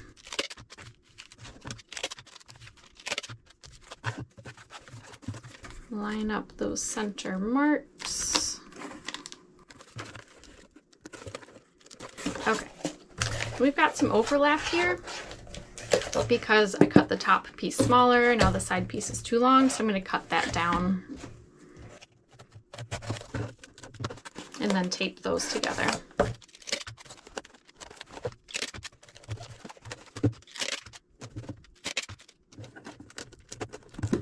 And then same thing on this side.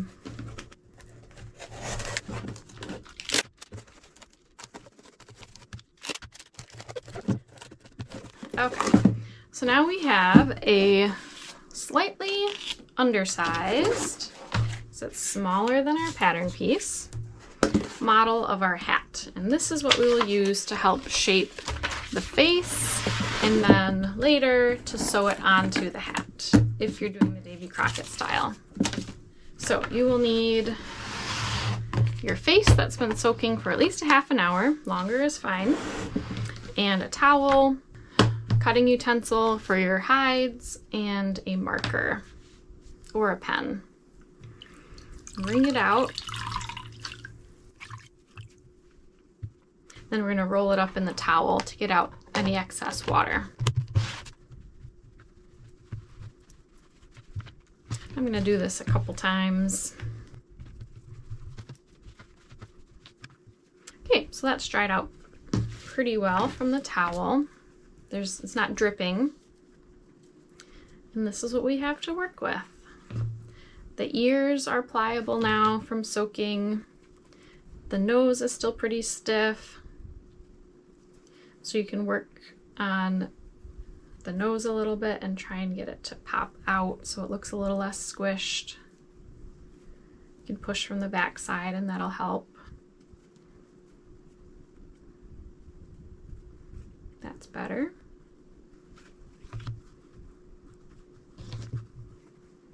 Okay, I'm going to trim off the sides first. And I'm going to follow the angle of the mouth up to the corner and then round that corner off. About like that. And then I'm going to trim off that excess. You might need a new blade if you were cutting your cardboard with the blade. We'll see how this goes. Yeah, I'm going to get a new blade.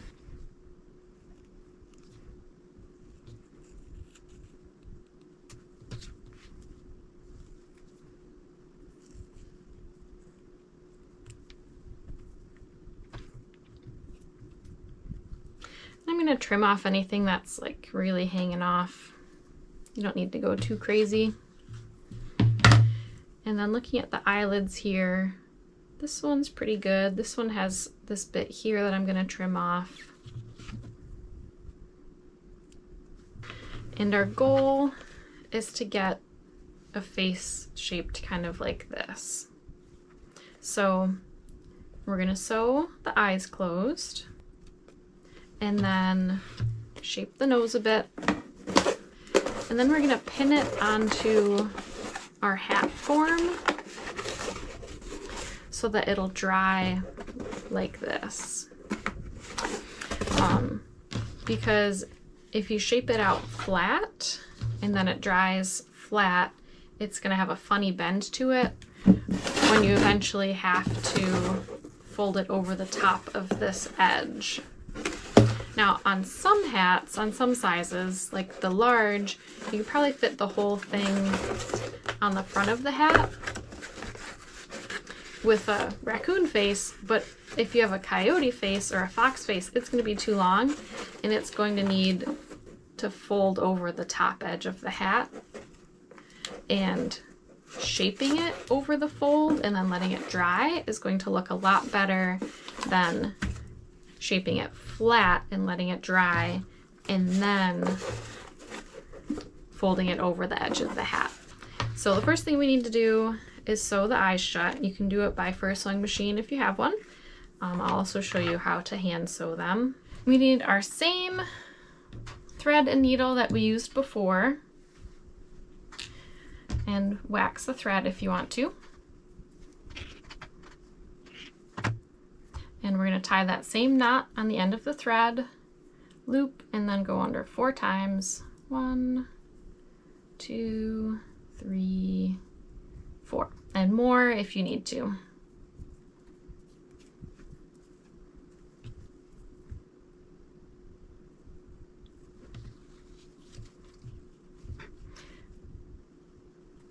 So you're going to start sewing. I'm going to put in my needle like a 1/4 inch or so away from the end of the eye hole. We don't need to back stitch on this, but if you put your needle farther away from the eye hole like this, like not right on it, but farther away, it'll make it sturdier. And then when you sew, I'm going to sew very close to the edges with your stitches very close together. And we're doing a whip stitch again.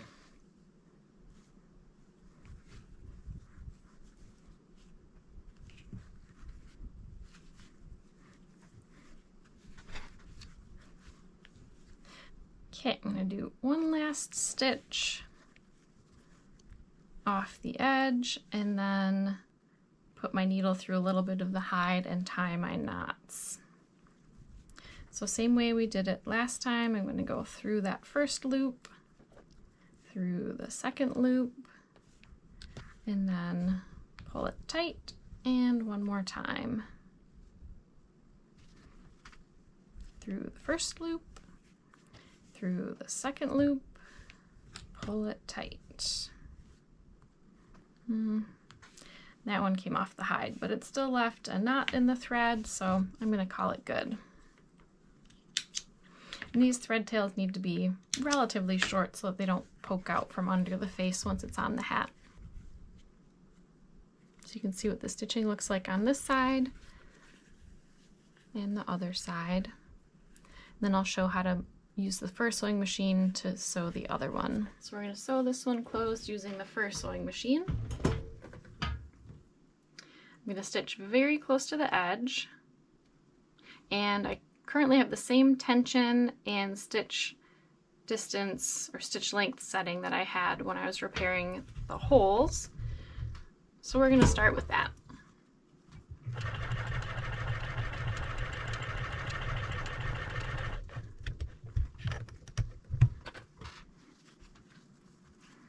Okay, so those are both sewn up, and next we can get on to the shaping. So to shape the face, you'll need your cardboard hat form, some clips, either this style of sewing clip or like a binder clip, pins, some extra cardboard pieces, and some paper towel.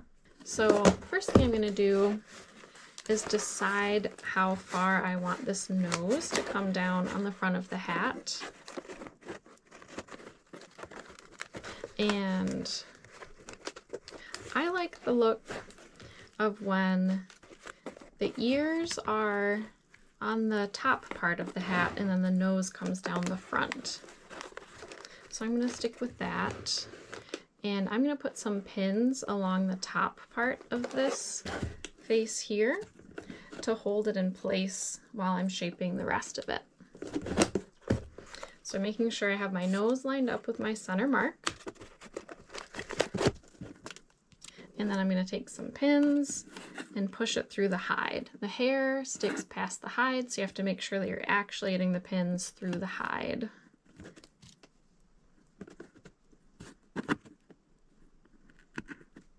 They should go through fairly easily because the hide is damp. I have some pins that are really thin like this one, and that wants to bend rather than go through, so use something with a little bit more substance. There we go. Sometimes you have to find a spot where the pin will go through. So we have a few pins back here to hold that face in place.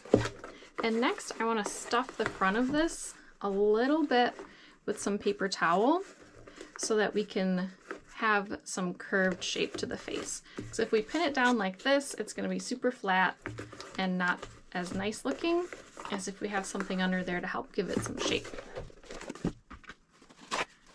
So this is where you'll use your paper towel. I'm just going to crunch some up, and I want to concentrate some down here in the front part of the nose. So I'm going to put this in here and see how it looks and adjust as needed.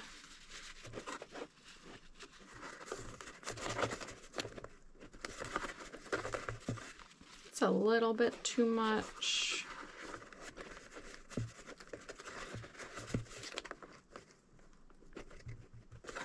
And then I also want to soften this edge a little bit because with the fur on the hat, this edge won't be quite as sharp.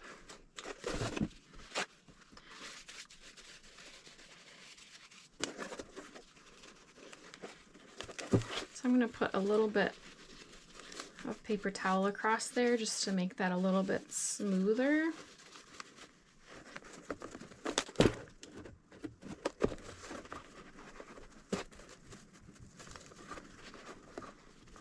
Bring this down a little bit so it sits up into the nose a little more. And you really just kind of fiddle with it until you're happy with it. It's never going to be perfect. We're not going for taxidermy.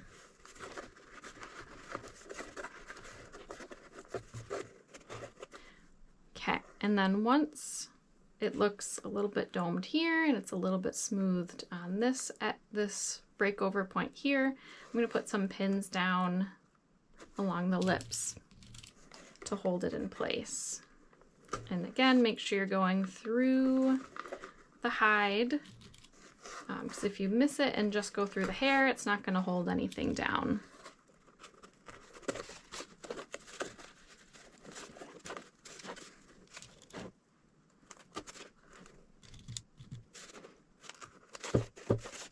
Watch your fingers on the inside.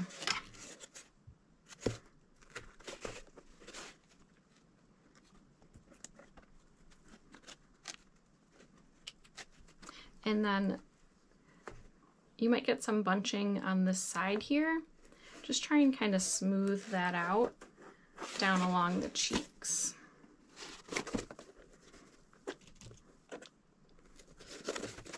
So I'm gonna leave these two in. I'm going to take this pin out and just kind of spread out some of that excess hide so that these bubbles are getting distributed evenly, and then as the pelt dries, it'll shrink a little bit and those won't even be noticeable.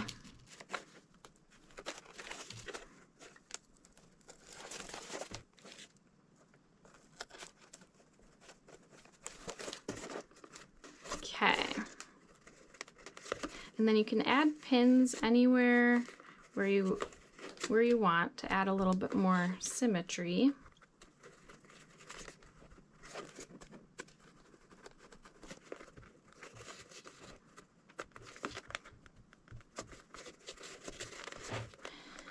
And really just keep adjusting until you're happy with it.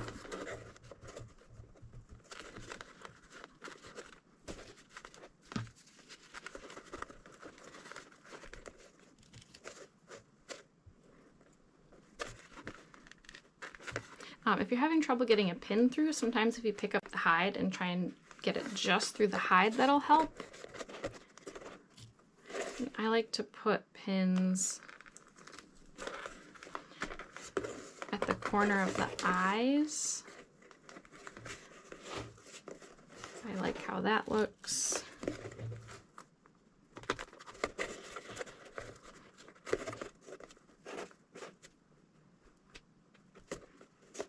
Okay, I'm happy with that.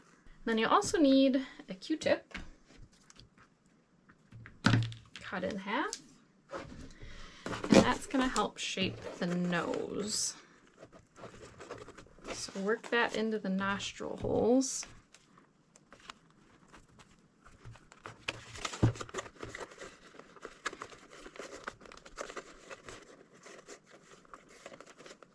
And that'll help hold the shape of the nose while it's drying.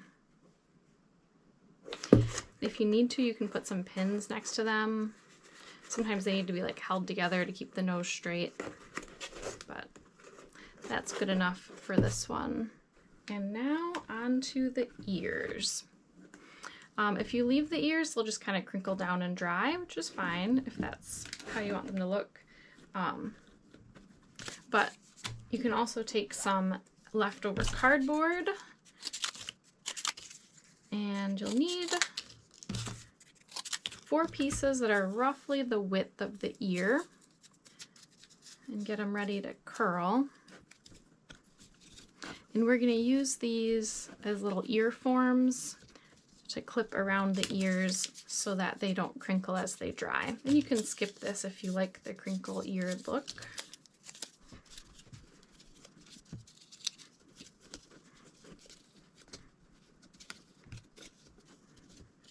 Put one on the front, one on the back, and they do need to be at least as tall and as wide as the ears are for this to be effective.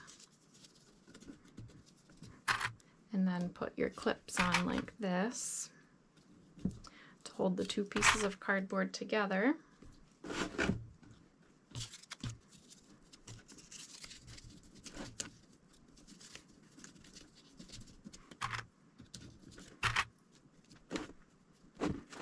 I kind of look like the look with the ears tilted forward a little bit, so I'm going to do what I can to have them tilted forward so they're not straight up.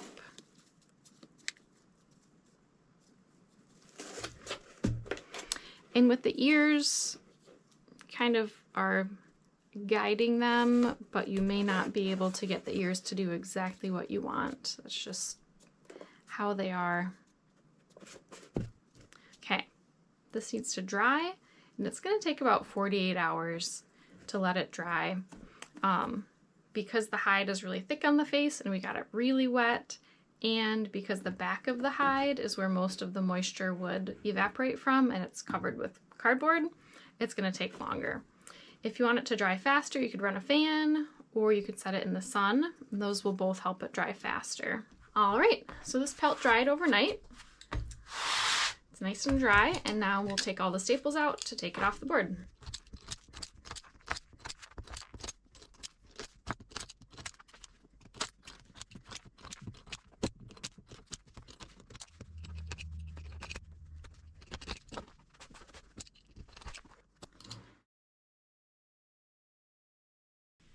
So now that we have the pelt removed from the board, we check the fur side to see if there's any blemishes that we missed. And I don't see any. It looks good to me. There's this dark spot here where some of the guard hairs were rubbed away, but I already knew about that one. I expected it. And there's kind of a colic here, but I'm not worried about that. That'll flatten out after the hat's done. That might not even end up in the hat, we'll see. So it's a good chance to brush the pelt again. If there's any tangles that you missed, get them out now.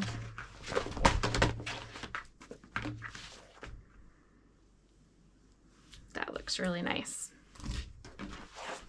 So now you'll need your fur pattern pieces, something to write with, Sharpie or a ballpoint pen. I usually use a pen, but for the video, Sharpie shows up better, and something to cut the hide with. So the fur pieces are pattern piece A and pattern piece B. In pattern piece A, we need to cut 1. Pattern piece B, we need to cut 2. If you refer back to the suggested layouts, this is how we want to lay it out for the raccoon pelt. And I always check the front side of the pelt to see if there's anything that I want to avoid. I don't love the neck on a raccoon, so if I can scooch the pattern pieces down further this way and avoid some of this neck fur, that would be my preference.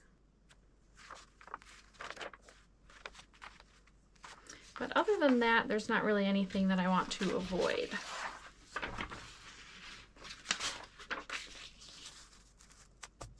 And normally, if we have a pattern piece where we need to cut 2, we would need to cut 2 mirror images. Especially, like if you're sewing mittens, you need to cut mirror images so that you don't end up with 2 right mittens or 2 left mittens. But this pattern piece is the same. It's symmetrical on either side. All of the marks are the same. So this one we can cut, well, we need to have the hair flow direction going the right way, but this one we don't have to do mirror images. We can just slide it over and trace everything. So pay attention to the hair flow direction arrow. Make sure that's going the direction of the hair flow. And you'll need some sort of pattern weights to put down. I like these big washers, but you can use really whatever you happen to have around the house. You could use tuna cans or rocks, just something to hold the pattern piece down while you trace. So you need to trace all the way around the outside and mark each notch and triangle. That corresponds with the color of the size that you're doing. And these are going to be essential basically for matching up the pattern pieces while we're sewing them together.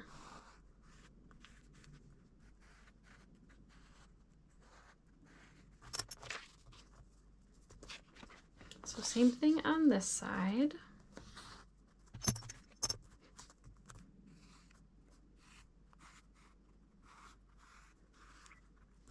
And then when we take off the pattern piece, we need to make sure we transfer all these marks onto the pattern piece. Otherwise, when we cut it out, we'll lose the marks because they're on the outside of the pattern piece. Okay, I got all of the marks. We're also going to write B on each of them. That's pattern piece B, and the hair flow direction, which is this way. I'm going to line up these triangles with the center line because that's the center back and the center front of the top of the hat. And we do the same thing with this one.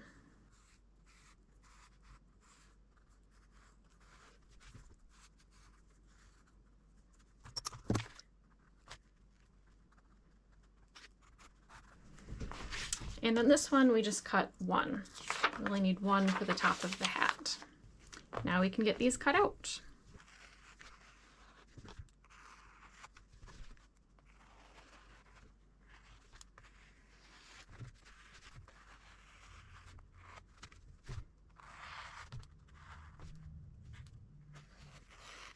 When you're cutting the hide,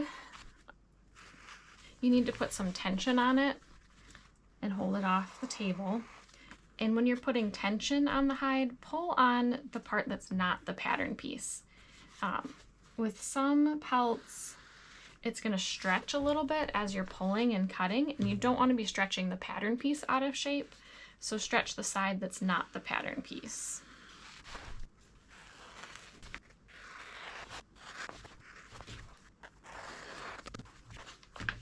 Once we get our pattern pieces cut out, you can save the scrap for something else, whatever else you want to do with it. And then brush all of the cut edges to get those loose hairs off. There's always a little bit of loose hair after you've cut pieces out.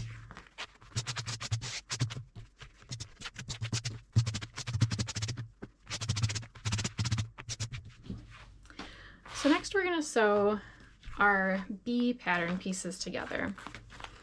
And for raccoon, beaver, coyote, red fox, muskrat, I want these pieces lined up so that the hair is going the same direction, like this. And our triangle marks will end up at the center front and the center back of the hat, and these seams will be on the sides. So this would end up like this, curved around, and then the other one on the back side of the hat. Skunk is the only exception to that. If you are sewing a skunk hat, those look really sharp if you have the hair going opposite directions, like this. So you'd have the stripes running away from each other. And then you have this seam where the stripes are running away from each other at the center front of the hat. And then the back seam at the back of the hat. All the other hats will do the way that we do the raccoon. But just make a note that if you're doing skunk, it's slightly different. Okay, so I want these lined up so that the fur is going the same direction. And then when we sew, we're gonna sew what's called right sides together. Fabric and fur has what we call a right side and a wrong side. So for fur, the right side is the fur side and the hide side is the wrong side. If you have a fabric, whichever side that you want showing on your finished product is the right side, and whichever side you want to have on the inside not showing of your finished product is the wrong side. So we sew right sides together so that the seams will be on the inside, and when it's finished and you flip your piece right side out, you won't see the sewing. So most of the time when we're sewing fur, we want to use a 0 seam allowance with the hide laying edge to edge. And that is because that gives us, generally speaking, the smoothest, sleekest look with the least disruption in the fur. And it also will help the fur or the hide to lay nice and flat, so it's not sticking up anywhere, sticking out anywhere, and there's less disruption in the hairs themselves because they can just flow kind of one to the next. In some cases, like with this hat, we do want to use a seam allowance. A seam allowance is used in fabric to give the garment strength. With fabrics that are woven especially, if you sew too close to the edge, the stitching will just rip out when that fabric starts to fray and when there's any tension on it. So the seam allowance is the amount of fabric that is left next to the seam. So this looks like about 3/8 of an inch. So when this garment was sewn, the instructions would have said sew the pieces together with a 3/8 inch seam allowance. So the needle is going in and putting that stitch in 3/8 of an inch from the cut edge. And for clothing, made of fabric that adds strength to the seam. With fur or with leather, we don't really need to add strength to the seam because the hide is strong even if it's sewn right up against the edge. But it will add some bulk on the seams and it'll add some structure to the hat. So with the Davey Crockett hat or the Pillbox hat, we want these sides to stand up and be able to hold the top of the hat and not be like floppy or saggy. So using an 1/8 inch seam allowance, which is what the pattern calls for, 1/8 inch seam allowance, 1/8 inch seam allowance on those two pieces. Using that 1/8 inch seam allowance will add some structure to the hat. The other reason is there's some cases where we don't want the fur to lay flat. If we use a 0 seam allowance, the fur is going to lay nice and flat and undisturbed. But where we have these two pieces coming together like this, the fur at the front of the hat is laying down so flat that we would have this little bald looking area if we sewed it together with a 0 seam allowance. If we use a nice tight 1/8 of an inch seam allowance, it's going to fluff up that fur on the edge so that when you sew it together, it hides that seam. So there are some patterns where we use a 0 seam allowance and some patterns where we use an 1/8 of an inch seam allowance, and there's different reasons for both. Hopefully you understand them a little bit now, but follow the pattern, whatever the pattern says. All right, back to these pieces.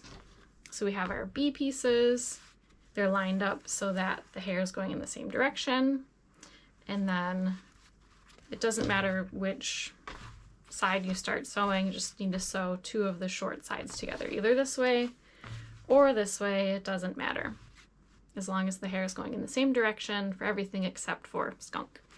So we're going to put these 2 pieces together, right sides together, and then clip them to hold them together. And you can use these sewing clips or binder clips, whichever you prefer or have already.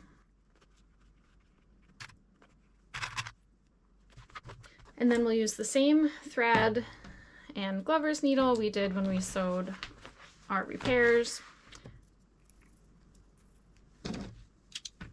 We're going to tie the knot on the end the same way. Pass that tail under 4 times. 1, 2, 3, 4.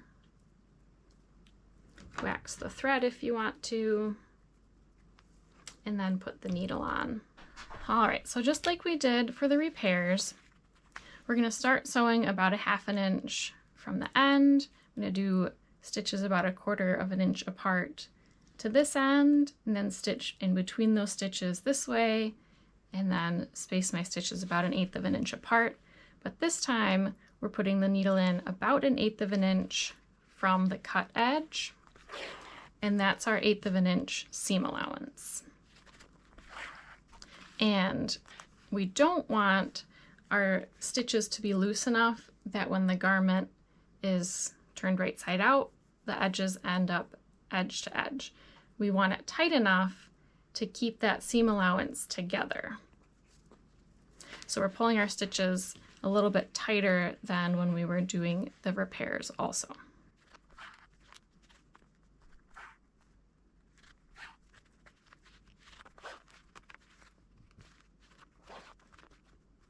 And make sure that those notches that we marked are lining up.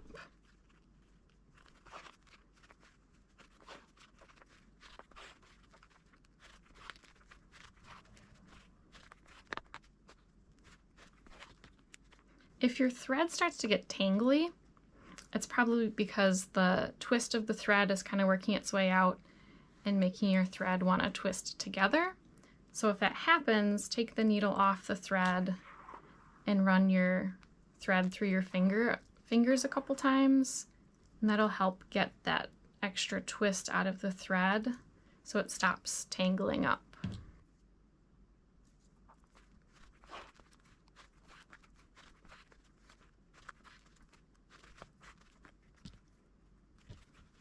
If your edges end up misaligned at the end, just square them up and then spread out this slack a little bit as you're sewing. And the way I'll do that is by angling my needle this way so that when the thread pulls straight, it'll move some of the slack over.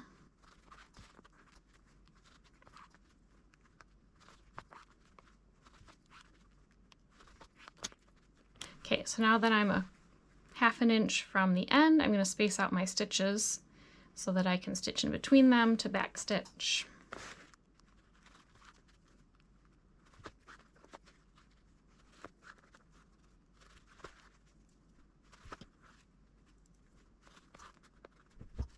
And I'm going to tie that off the same way I did when we were doing repairs.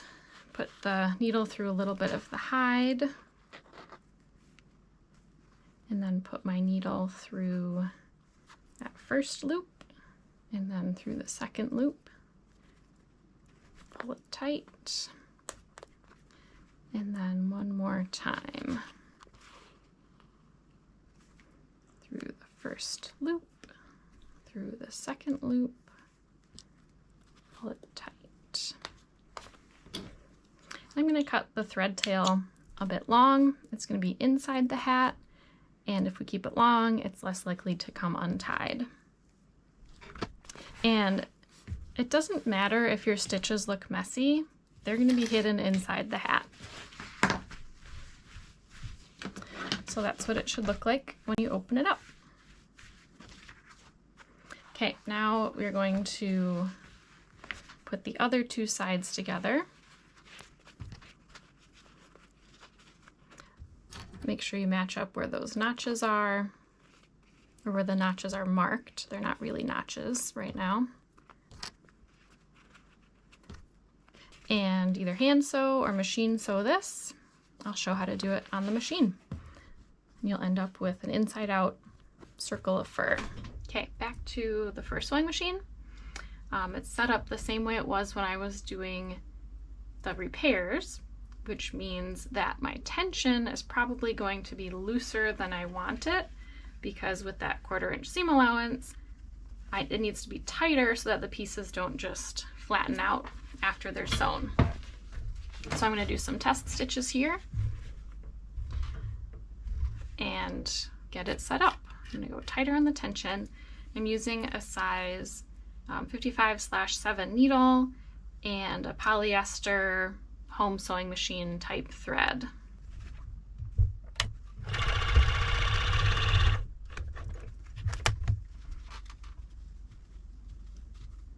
Okay, that looks good to me. The tension looks good. It's holding it up without flattening, but I think I want my stitch length to be a little bit longer, wider distance between stitches. A little bit more.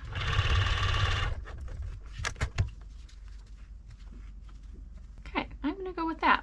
When you're sewing on a first sewing machine, generally the side that's closest to you tends to stretch as you're sewing, so that if you start off and on this side your edges are aligned, once you get the side closest to you has gotten longer, and then these edges will not be aligned. So there's a couple ways to counteract that. One way is to, as you're sewing, pause every now and then and push this wheel to force the side closest to you to scooch back a little bit, basically. So I'll show how to do that, and then when I sew on the top of the hat, I'll show a different method. I'm going to take that off because I wasn't doing a 1/4 inch seam allowance, or 1/8 of an inch seam allowance. I need an 1/8 of an inch seam allowance. I need that needle to go in 1/8 of an inch from the edge.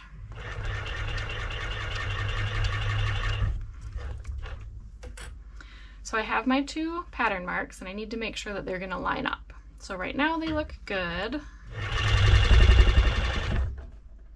They still look good. If I look at this end, the side closest to me is extending out a little bit.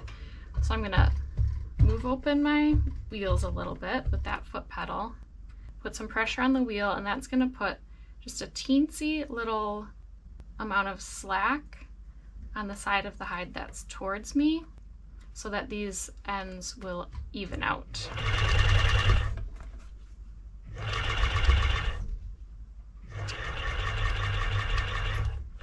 And if you're sewing with a really stretchy hide, you might need to do that a few times as you're sewing.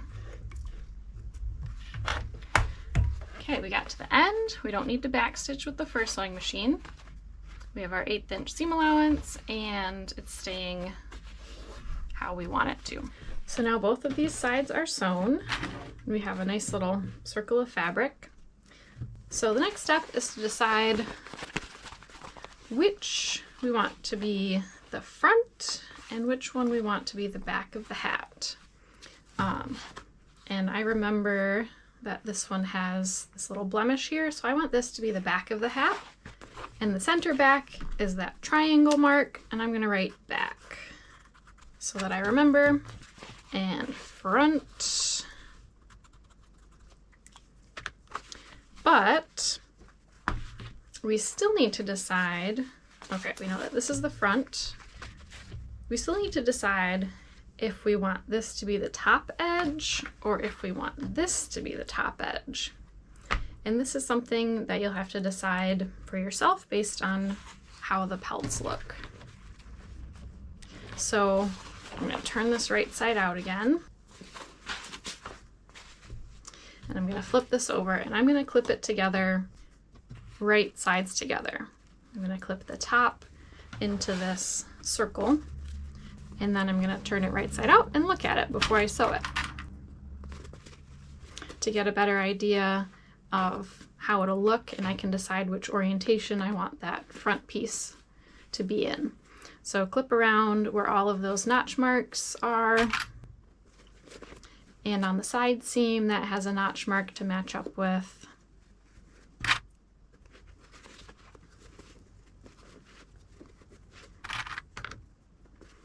And it doesn't have to be perfect. I'm not going to clip all the way around. This is just to get an idea of how it's going to look. I'm going to clip a little bit more along this front edge.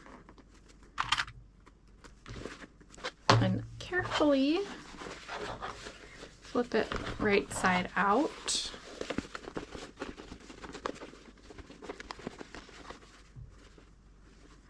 We can see how this would look.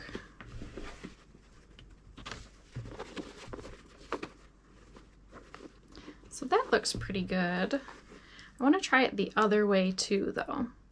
So I'm noticing that this front, the fur along here is light, and right now I have it matched up with this dark fur. I think if I put this side on the top, this light fur will match up better with this light fur on the top.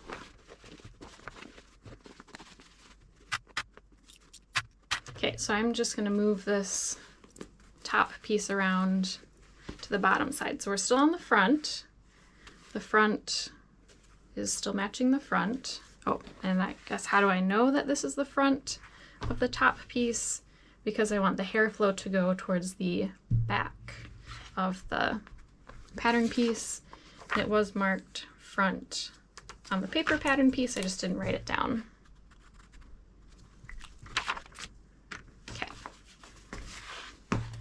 So right sides together, clip this around.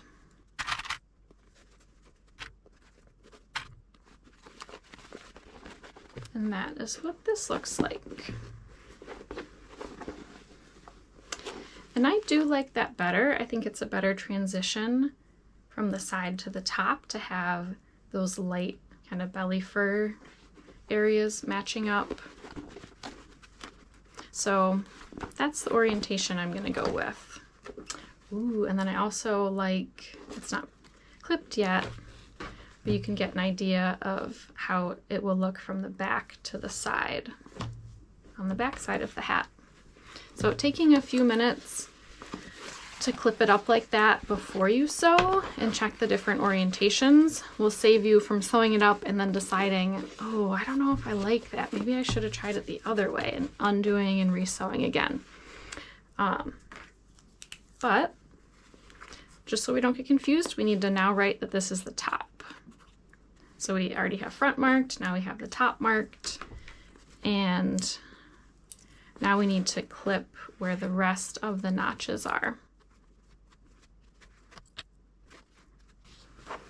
Make sure those triangles in the back line up.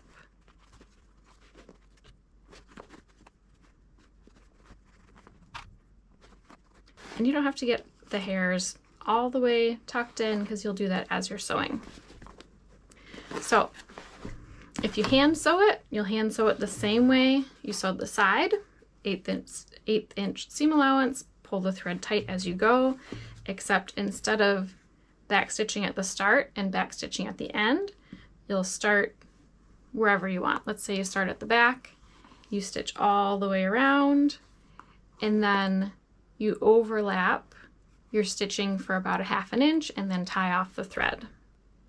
And I will demonstrate how to sew this on the first sewing machine. So to sew this on the first sewing machine, I like to start at the back, and so that I don't have to push this wheel with my thumb as I go along to counteract any stretch of the pelt, I am going to do a few stitches to tack the hides together at each of the pattern marks, each of those notches. So I'm starting with these 2 triangles that mark the back. They're lined up, and I'm gonna do 4 or 5 stitches and then take it off. And then rotate over to the next notch.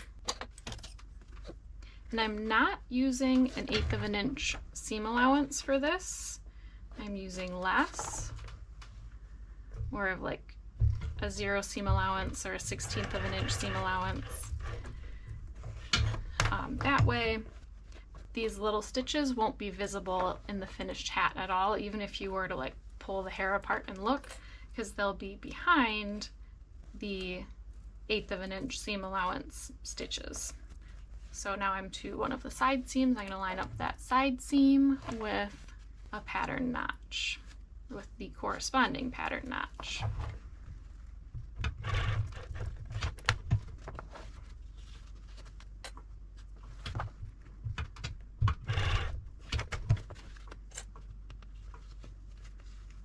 Now I'm to the front, and I'm matching up those 2 triangles.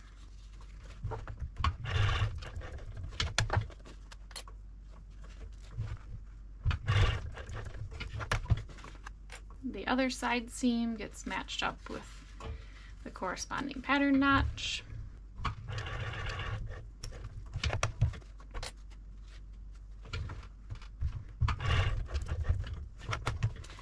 Okay, those are all tacked together.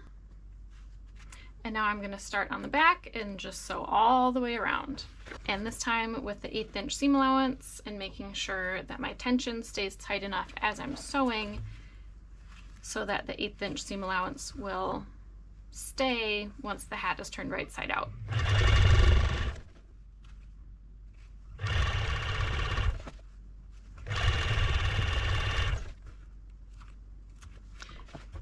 And even with doing that trick, the side that's closest to me is still stretching.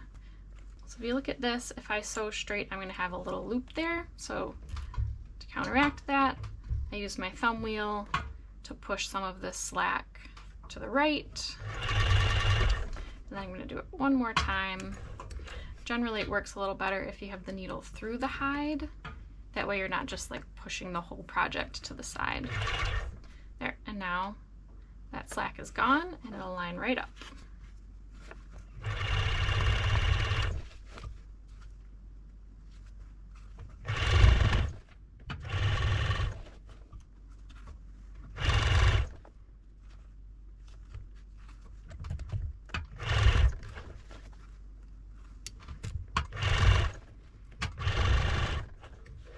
I'm going to overlap my stitches by 1/2 an inch, 3/8 of an inch, something like that. And then I can take it off the machine. So once the top is sewn on, you can turn it right side out. And we don't have the lining on it yet, but this will give you a good idea of what the finished hat will look like. If you're making it the Davey Crockett style hat, you will need your face and your tail. And if you're not making the Davey Crockett style hat, then you can skip ahead to the lining.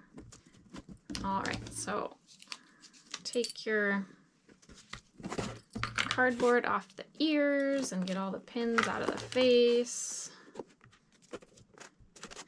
And normally if you just leave the face in a room to dry, it'll take about 48 hours for it to dry all the way.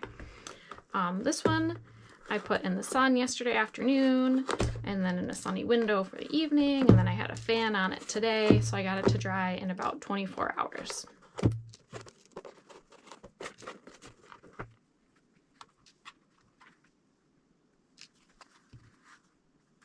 So the face is nice and dry, and you can see I kept its shape from how we had it pinned on the hat form. I'm going to do some little touch-ups on the face, which are optional. Do them if you want to, don't do them if you don't want to. And you can use either leather dye or acrylic paint works well, or you could even use Sharpie. I like to use black leather dye. I don't have any black left in the bottle, and I put it in one of these empty marker setups so the dye goes through to the felt tip. If you have dye and you don't want to get one of these marker things, just dip a Q-tip in it and use it that way. So I'm gonna darken these little areas around the eye, and then also this cut edge along the edge of the face, and I'm gonna try and get some in that nose too, wherever the nose is later. Sometimes I just color over the whole nose.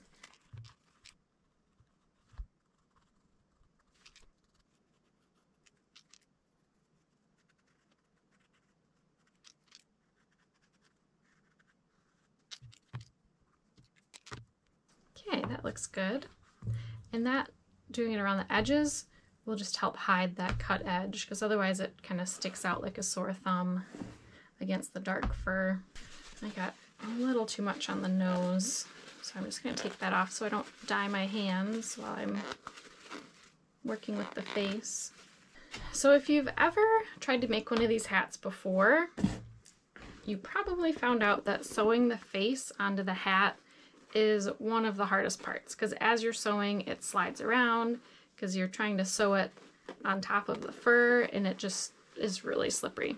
So there's a way that I found that makes it a lot easier to sew the face on. So you put your fur part of your hat over your hat form and make sure that the back is lined up with the back and the front is lined up with the front. And don't forget which side is the back and which side is the front. That's the back, so I'm going to face that away from me. I'm going to put a couple clips on the bottom here so that the hat doesn't rotate off of center. And I'm also going to mark on the hat form so I'll be able to see it on the inside and the bottom where that front center is.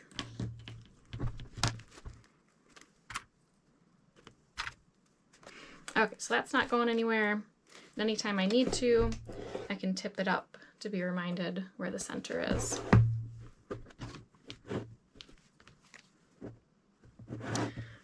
So the next thing you need is a bunch of Glover's needles. They come 25 in a pack, and we are going to use 10. Get those into pairs of 2. And then you're going to cut 5 pretty long lengths of thread. So that's like 40 inches long.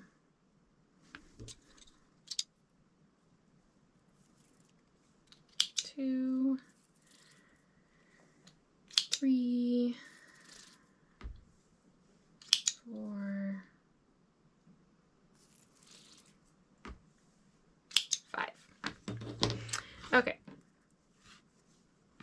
And on each piece of thread, you're going to thread 2 needles.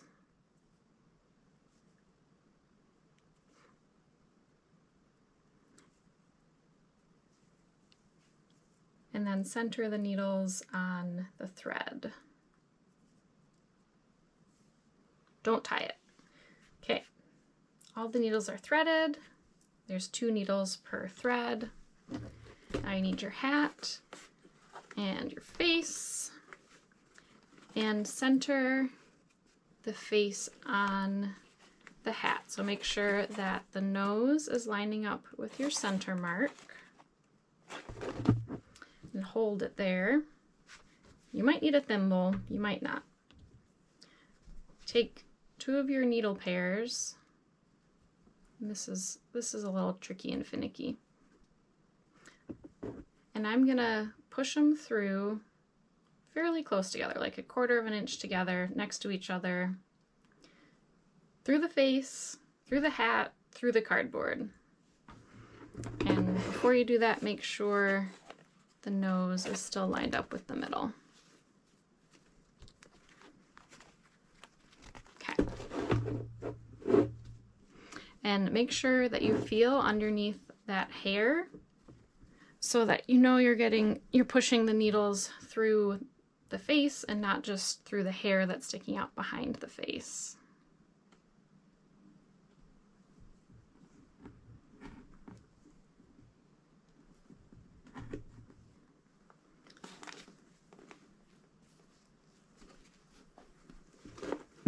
Check and make sure it's still straight. Actually, it did get off a little bit. I'm gonna scooch it over a little bit to my left.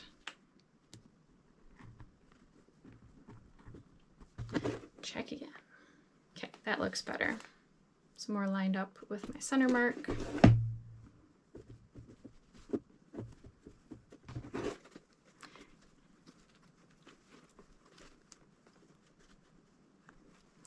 And next I'm going to put 2 in on either side by the whiskers.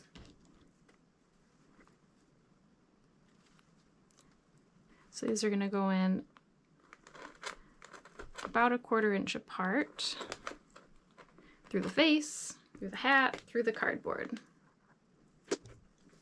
And 2 more over here.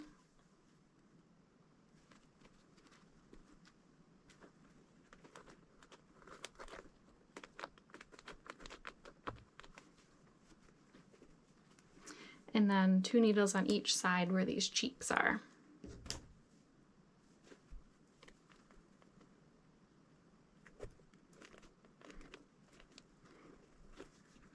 That one's being tough, so I'm going to use my thimble.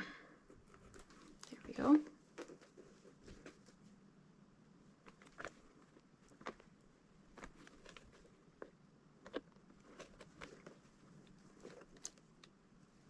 Okay, it's centered.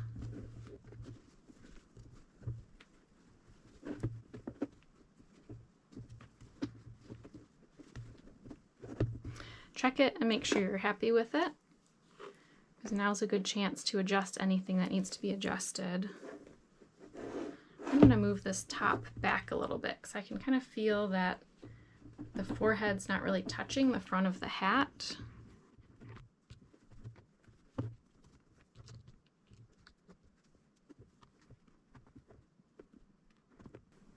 Okay, and then go through and make sure that the thread is even and you haven't like pulled one way or the other, because we don't want it to come off the needles. Okay,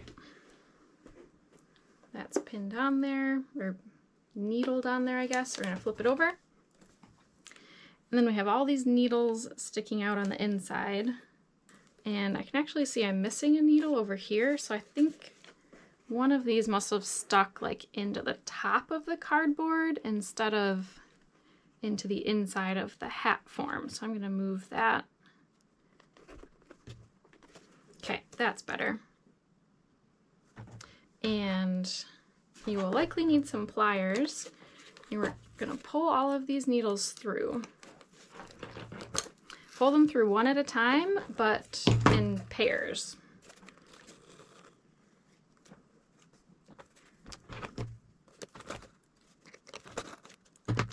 That way you're not gonna accidentally unthread one needle while you're pulling them both out. Like that one got away from me a little bit.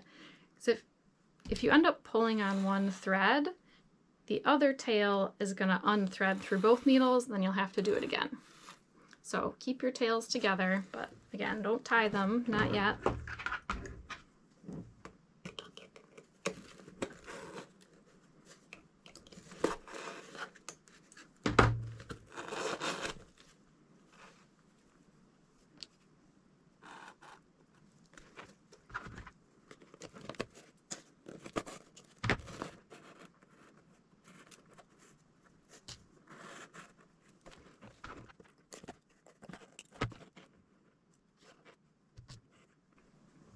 Okay, all my needles are out. Put them somewhere safe. Don't lose them. They are very sharp and will hurt a lot if you step on them. Okay, so next I'm going to gather up all my threads together. Make sure you have all 10. Take these clips off. And then I'm slowly going to, while holding the face on, pull the hat off the cardboard and make sure all the threads are coming out with the hat. So now cardboard is out of the hat. We have all of our threads that are through the face and through the hat, and we're going to tie them in knots. So take each thread pair and do a couple square knots. And nice and tight, because we want that face to be snug down to the hat.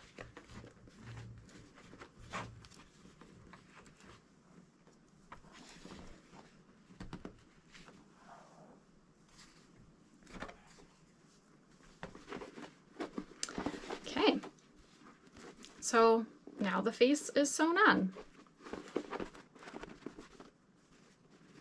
If you're happy with how it looks, then you can move on to the next step. If you don't like how it looks, then cut the threads and do it again until you're happy with it. If you are happy with it, you'll need to go through and pull out all those threads that are stuck under, or pull out all the hairs that are stuck under the threads. And you can use a needle for that, just use the blunt end.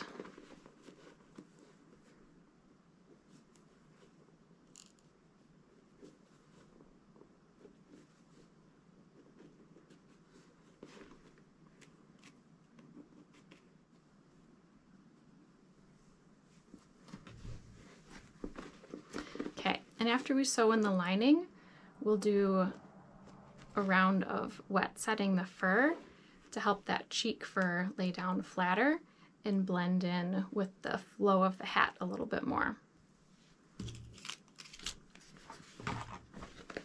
So you can see all my knots in there, and you can go through and trim these threads so they're shorter.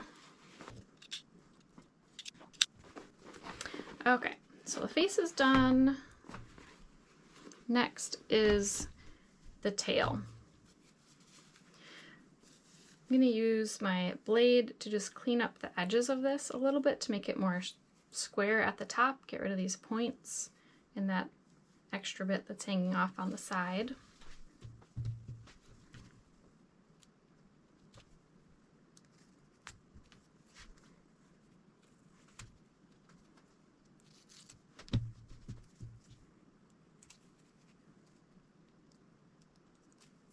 Okay, that's good.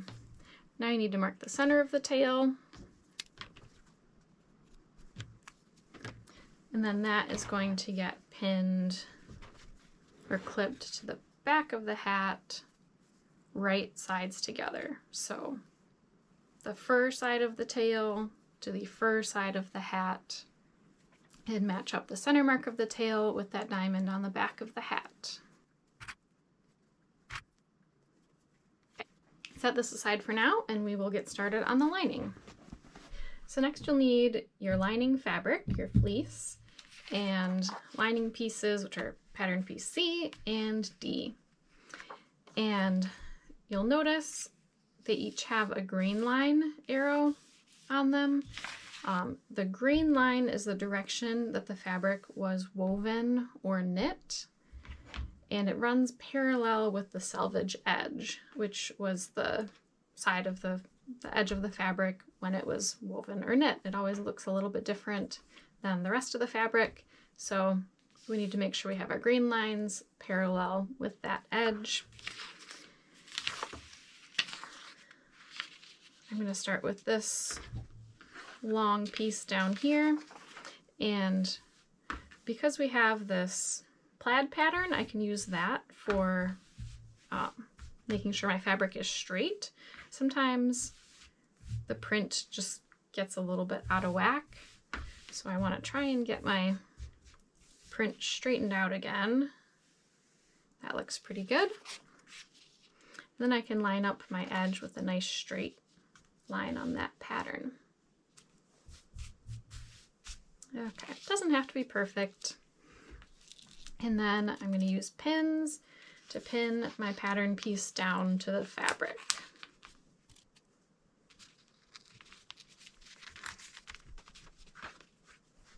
So the grain of the fabric will affect how the fabric behaves. It'll affect how it stretches, how it lays, which is why we want to make sure that we're following the grain line. If we cut this out diagonally, it would behave differently than if we cut it out parallel with the grain line. So now that this is pinned, I'm going to cut it out.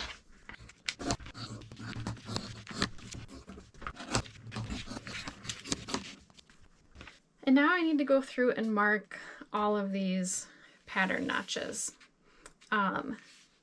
These pieces are going to be sewn with a 1/4 inch seam allowance.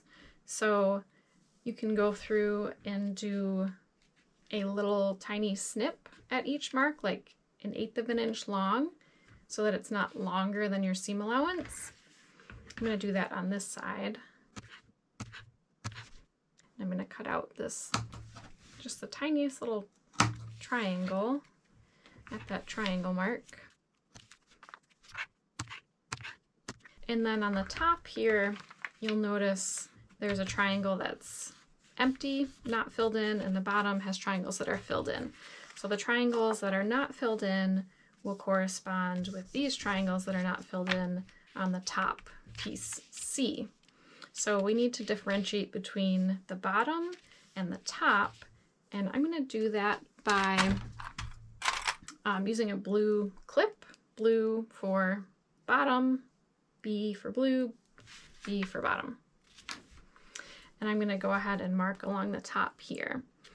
And just to show you a different method, if you're not comfortable snipping, because you're afraid you might snip your lines too long, you can put pins in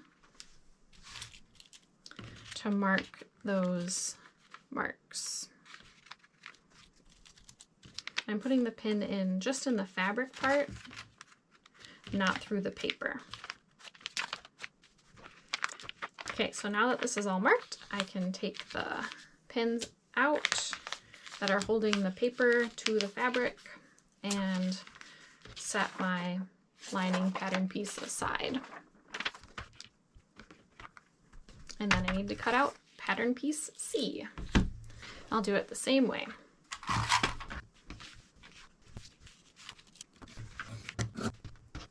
So now I need to mark all of these pattern notches. These ones here that are T-shaped, that's the area that we need to make sure we do not sew between those two marks when we're sewing the top of the lining to the side part, because that's how we're going to turn our hat right side out. So to make sure that I don't miss those marks, I'm going to use pins. And then I'm going to snip the top here and that one.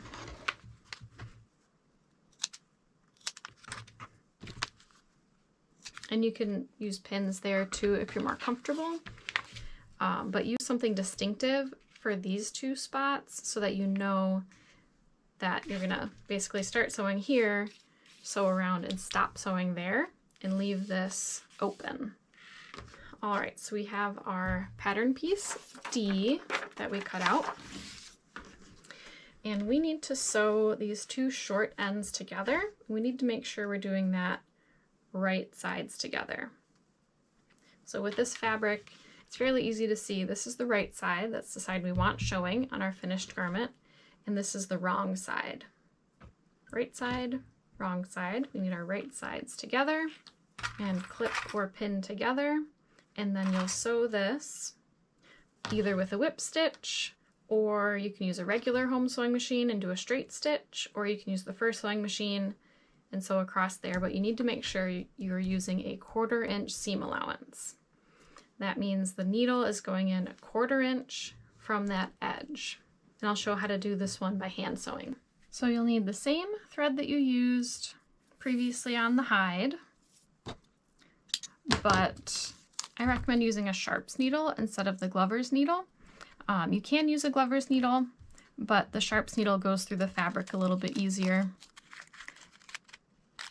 And it just has a regular pointed needle tip, not the cutting edge that the Glover's needle has.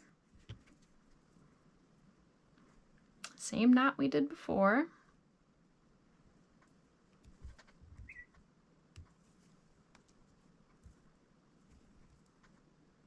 Thread your needle the same way. And just like we did before, we're going to start about 1/2 inch from the end. So that way, with our stitches spaced about 1/4 inch apart, sew this way right in between those stitches, and then sew 1/8 inch apart to the other end, backstitch, and tie off. Except we're putting our needle in about 1/4 inch from that cut edge. And because fabric can unravel, we need to use a larger seam allowance than what we used with the hide. That's why we're doing a 1/4 inch seam allowance for the lining.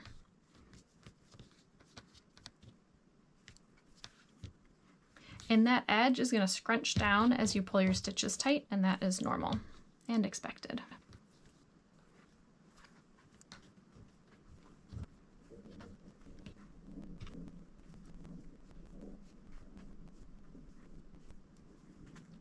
Then tie off just like you do on the hide.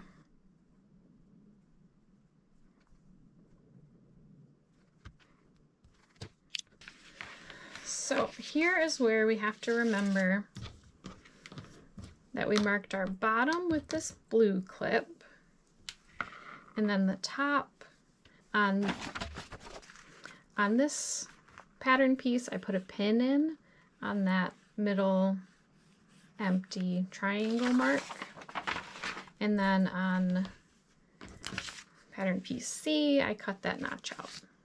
So we need to match up these 2 notches and clip them together, right sides together.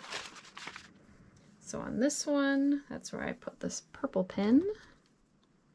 I'm going to use clips instead of pins now. And then I cut a little notch here, and that corresponds with this yellow pin. And you could have cut notches on both sides, it's just personal preference. And then on this other side, so this is the top piece, I put a pin there to mark this T mark. So I'm going to leave a pin in when I pin this fabric together, so that I remember that that is where I need to stop sewing. And same for the back. This seam lines up with that T mark at the back, and I'm going to pin it so I know not to sew in between those 2 T marks. And now you'll sew around from one pin around the long side to the other pin and stop. If you're hand sewing, you don't really have to worry about back stitching, because we're going to reinforce that later when we finish the hat, when we sew this hole closed. If you're using a first sewing machine, you don't have to back stitch, because you can't. If you're using a regular sewing machine, you might as well back stitch at the beginning and end, because it's easy to do. So I will demonstrate how to do this on the first sewing machine. We are back to the first sewing machine, and I'm going to start at this pin and sew around and stop at that pin. And I'm sewing with a 1/4 inch seam allowance, which is different than what we were doing before. So a bigger seam allowance, and I'm going to see how it goes, but I might need to adjust my tension and my stitch distance. Sometimes the fur sewing machines are really finicky when it comes to sewing fabric, so I'll see if I need to make any adjustments. If it starts skipping stitches, I'll try something different.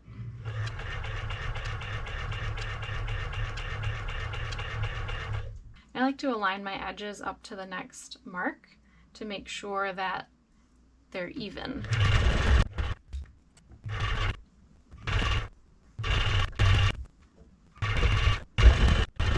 I'm going to sew past that pin a little bit so that I go past that back seam, but just a little bit. Okay, that sewed really well. I didn't have any trouble with skipped stitches. If you do have trouble with skipped stitches, you can try adjusting your tension or using a thinner thread. A thick thread doesn't do well when sewing fabric on the fur sewing machine. So we have our freshly sewn lining. We don't need this pin in the side anymore. And I have all the notches marked along the bottom by clipping them. And then this one also marked with the sewing clip, blue, B for back. So now we need to put the outside of the hat, the fur part, and the lining right sides together. And I find this is easiest to do with the hat inside out. With the fur inside out, I should say. So if you're doing the Davey Crockett option, you have the tail already clipped right side to right side with the fur, and then clipped together. The tail gets tucked inside, the face is inside. If you're doing the Pillbox version, you don't have to worry about that. And then we need to turn the lining right side out so that we can put the lining right sides together with the fur. And then you need to pay attention to make sure that this seam on the lining is going at the back of the hat. I'm not going to clip that yet. And that this clip, which we put there blue for bottom, it also marks that center where I did a clip to, or a snip, I should say. So blue for bottom, but it matches up with the front, the bottom front of the hat. Clip that together. And if you look at the pattern pieces, this is the lining piece, 1/4 inch seam allowance. This is the fur piece, 1/8 inch seam allowance. So we need to offset our fur and our lining by 1/8 inch so that when we sew, our needle will be going in 1/8 inch from the edge of the hide, but 1/4 inch from the edge of the lining. That way the fur has the 1/8 inch seam allowance that we're going for, and the lining has the 1/4 inch seam allowance that we need for fabric. So go around and clip these together, matching up your marks with either your snips or pins if you used pins, and having that lining stick up 1/8 inch over the hide.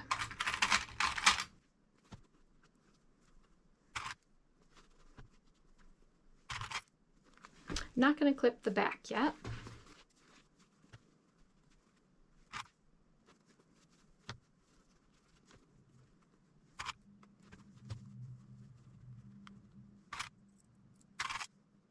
Okay, before you clip the back together, whether you're hand sewing or using the fur sewing machine, go across and do a quick stitch line to connect the tail to the body of the hat if you're doing the option with the tail.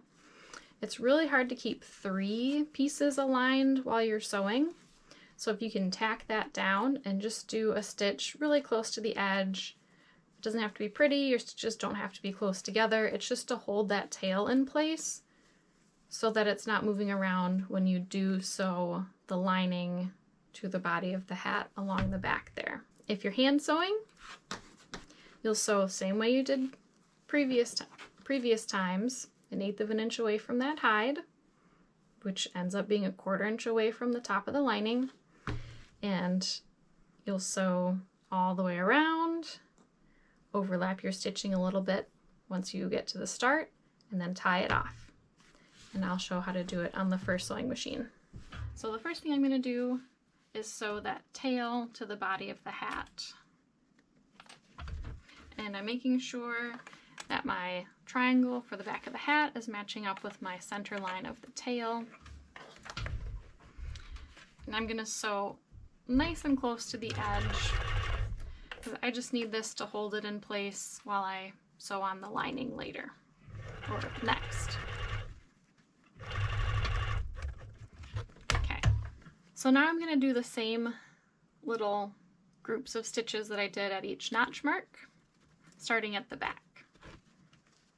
And I'm offsetting the lining so it sticks up 1/8 of an inch higher than the hide, and stitching 1/8 of an inch away from the edge of the hide.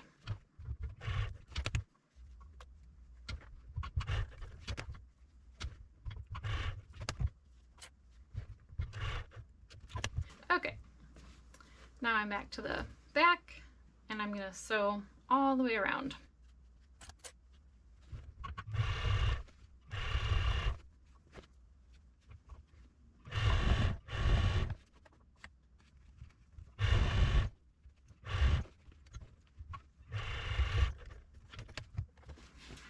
Okay, there we go.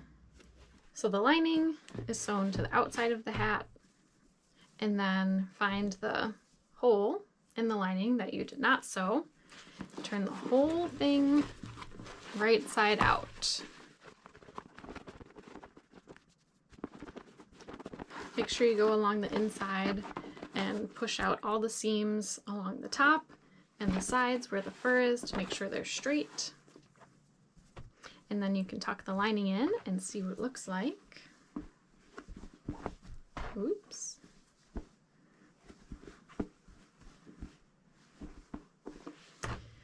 And then to sew this hole in the lining closed, we're going to do what's called a ladder stitch. So you'll need the same thread that you've been using. And I do prefer using the sharps needle instead of a Glover's needle, but if you don't have sharps needles, you can use Glover's needles, that'll be fine. Tie the knot the same way we've been doing it.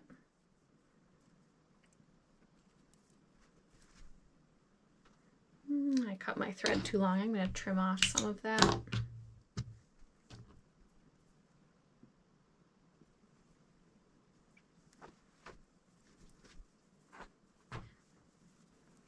And to get started on this stitch, I'm going to put my needle close to the end through that seam on the inside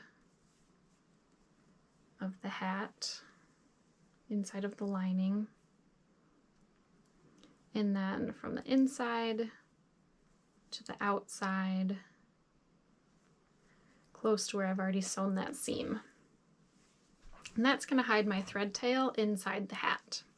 Next, I'm going to start the ladder stitch. I'm going to put the needle in. Where I'm starting, I'm going right next to the seam, but once I get to the point that hasn't been sewn yet, I want to put my needle in 1/4 inch from the cut edge of the fabric. And the needle is going in and then out in a line parallel with the cut edge of the fabric. You go on one side, and then you go to the opposite side, and where your needle is going into the fabric should be lining up with where it just came out on the other side.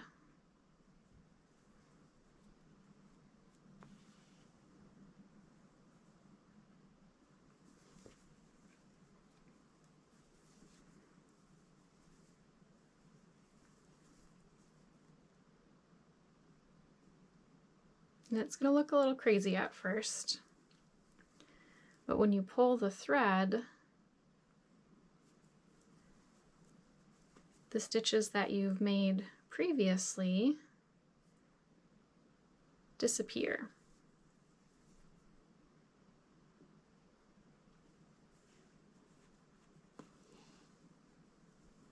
I usually do a few stitches before I pull the thread tight.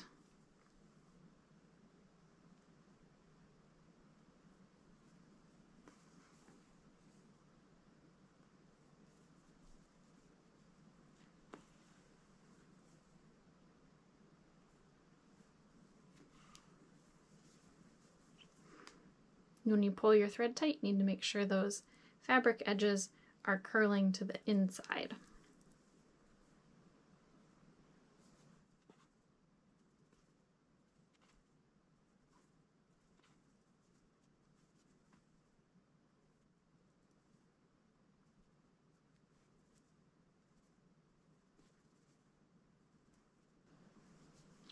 When you get to the end, it's a little bit tricky.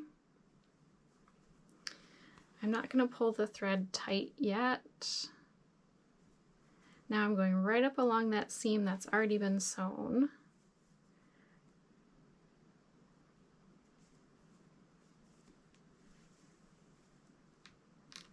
And now I'm going to pull the thread tight, make sure those edges curl in. If you pull it too tight, you can start to scrunch up the fabric, which you don't want. Okay, I'm going to do 2 more stitches right next to that seam so that I'm overlapping some of my stitching. Okay, and then I'm going to find one of my little threads that I sewed from last time. If you're using a sharps needle, you can do this. If you're not using a sharps needle, then you need to put your needle through some of the fabric. And I'm going to tie a knot just the same way we've tied it all the other times.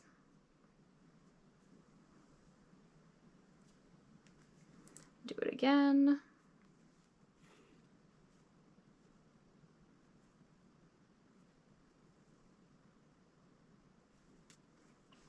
And then if I cut my thread tail, it's going to be visible inside the hat.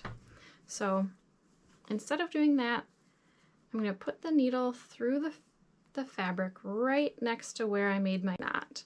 And I need to make sure it's sticking like into the abyss of the lining and not through any other fabric right now. And then I'm going to pull the hat over so that I'm sticking my needle through a far away part of the lining. It doesn't really matter where. And then pull it apart. So my knot is here, and then I have my thread tail coming out on the other side of the hat. And then I'll trim it. And now the thread tail is inside the hat. For storing your hat, I do recommend keeping hats on hat stands, but with this hat, because of the shape, the top is supposed to be flat. If you put it on a hat stand over time, it's going to sag and you'll get some folds where there's not supposed to be folds, and that top might bow out. So to prevent that from happening, you can put your hat on your form that you made.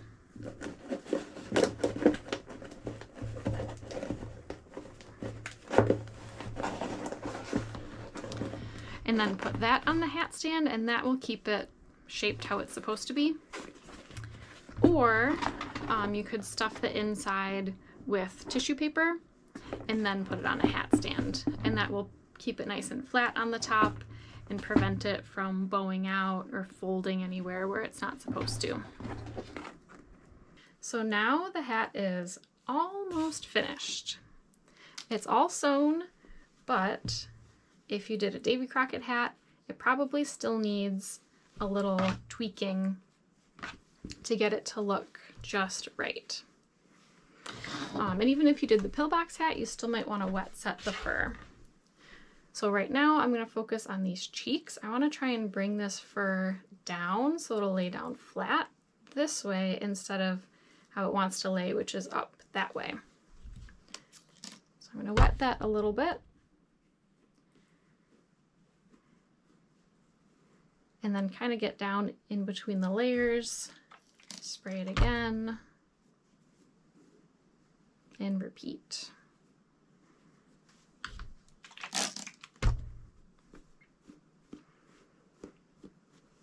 Needs a little bit of water right there too. And then I'm going to do the same thing on this side.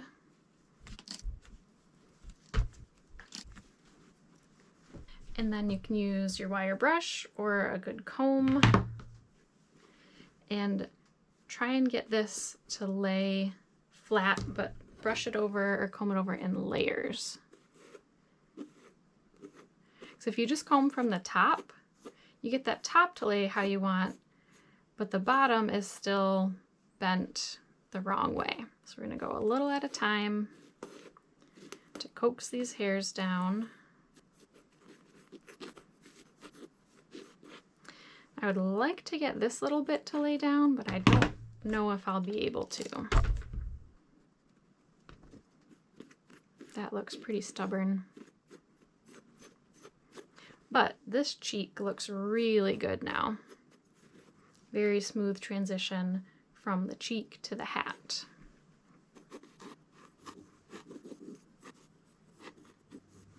And then do the same thing at the back of the head to get this hair to lay down nice and flat.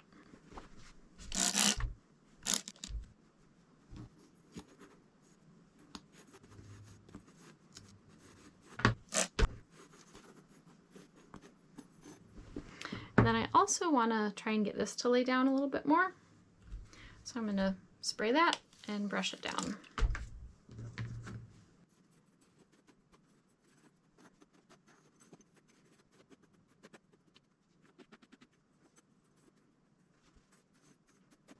Fiddle with that until you're happy with it, and then you can put it on a hat stand to let it dry.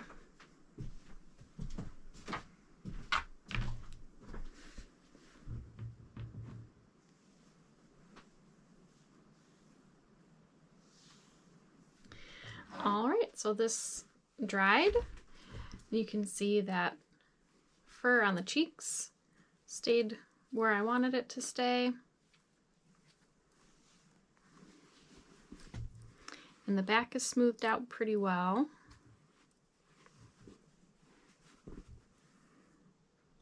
And there you go. Your hat's all finished up.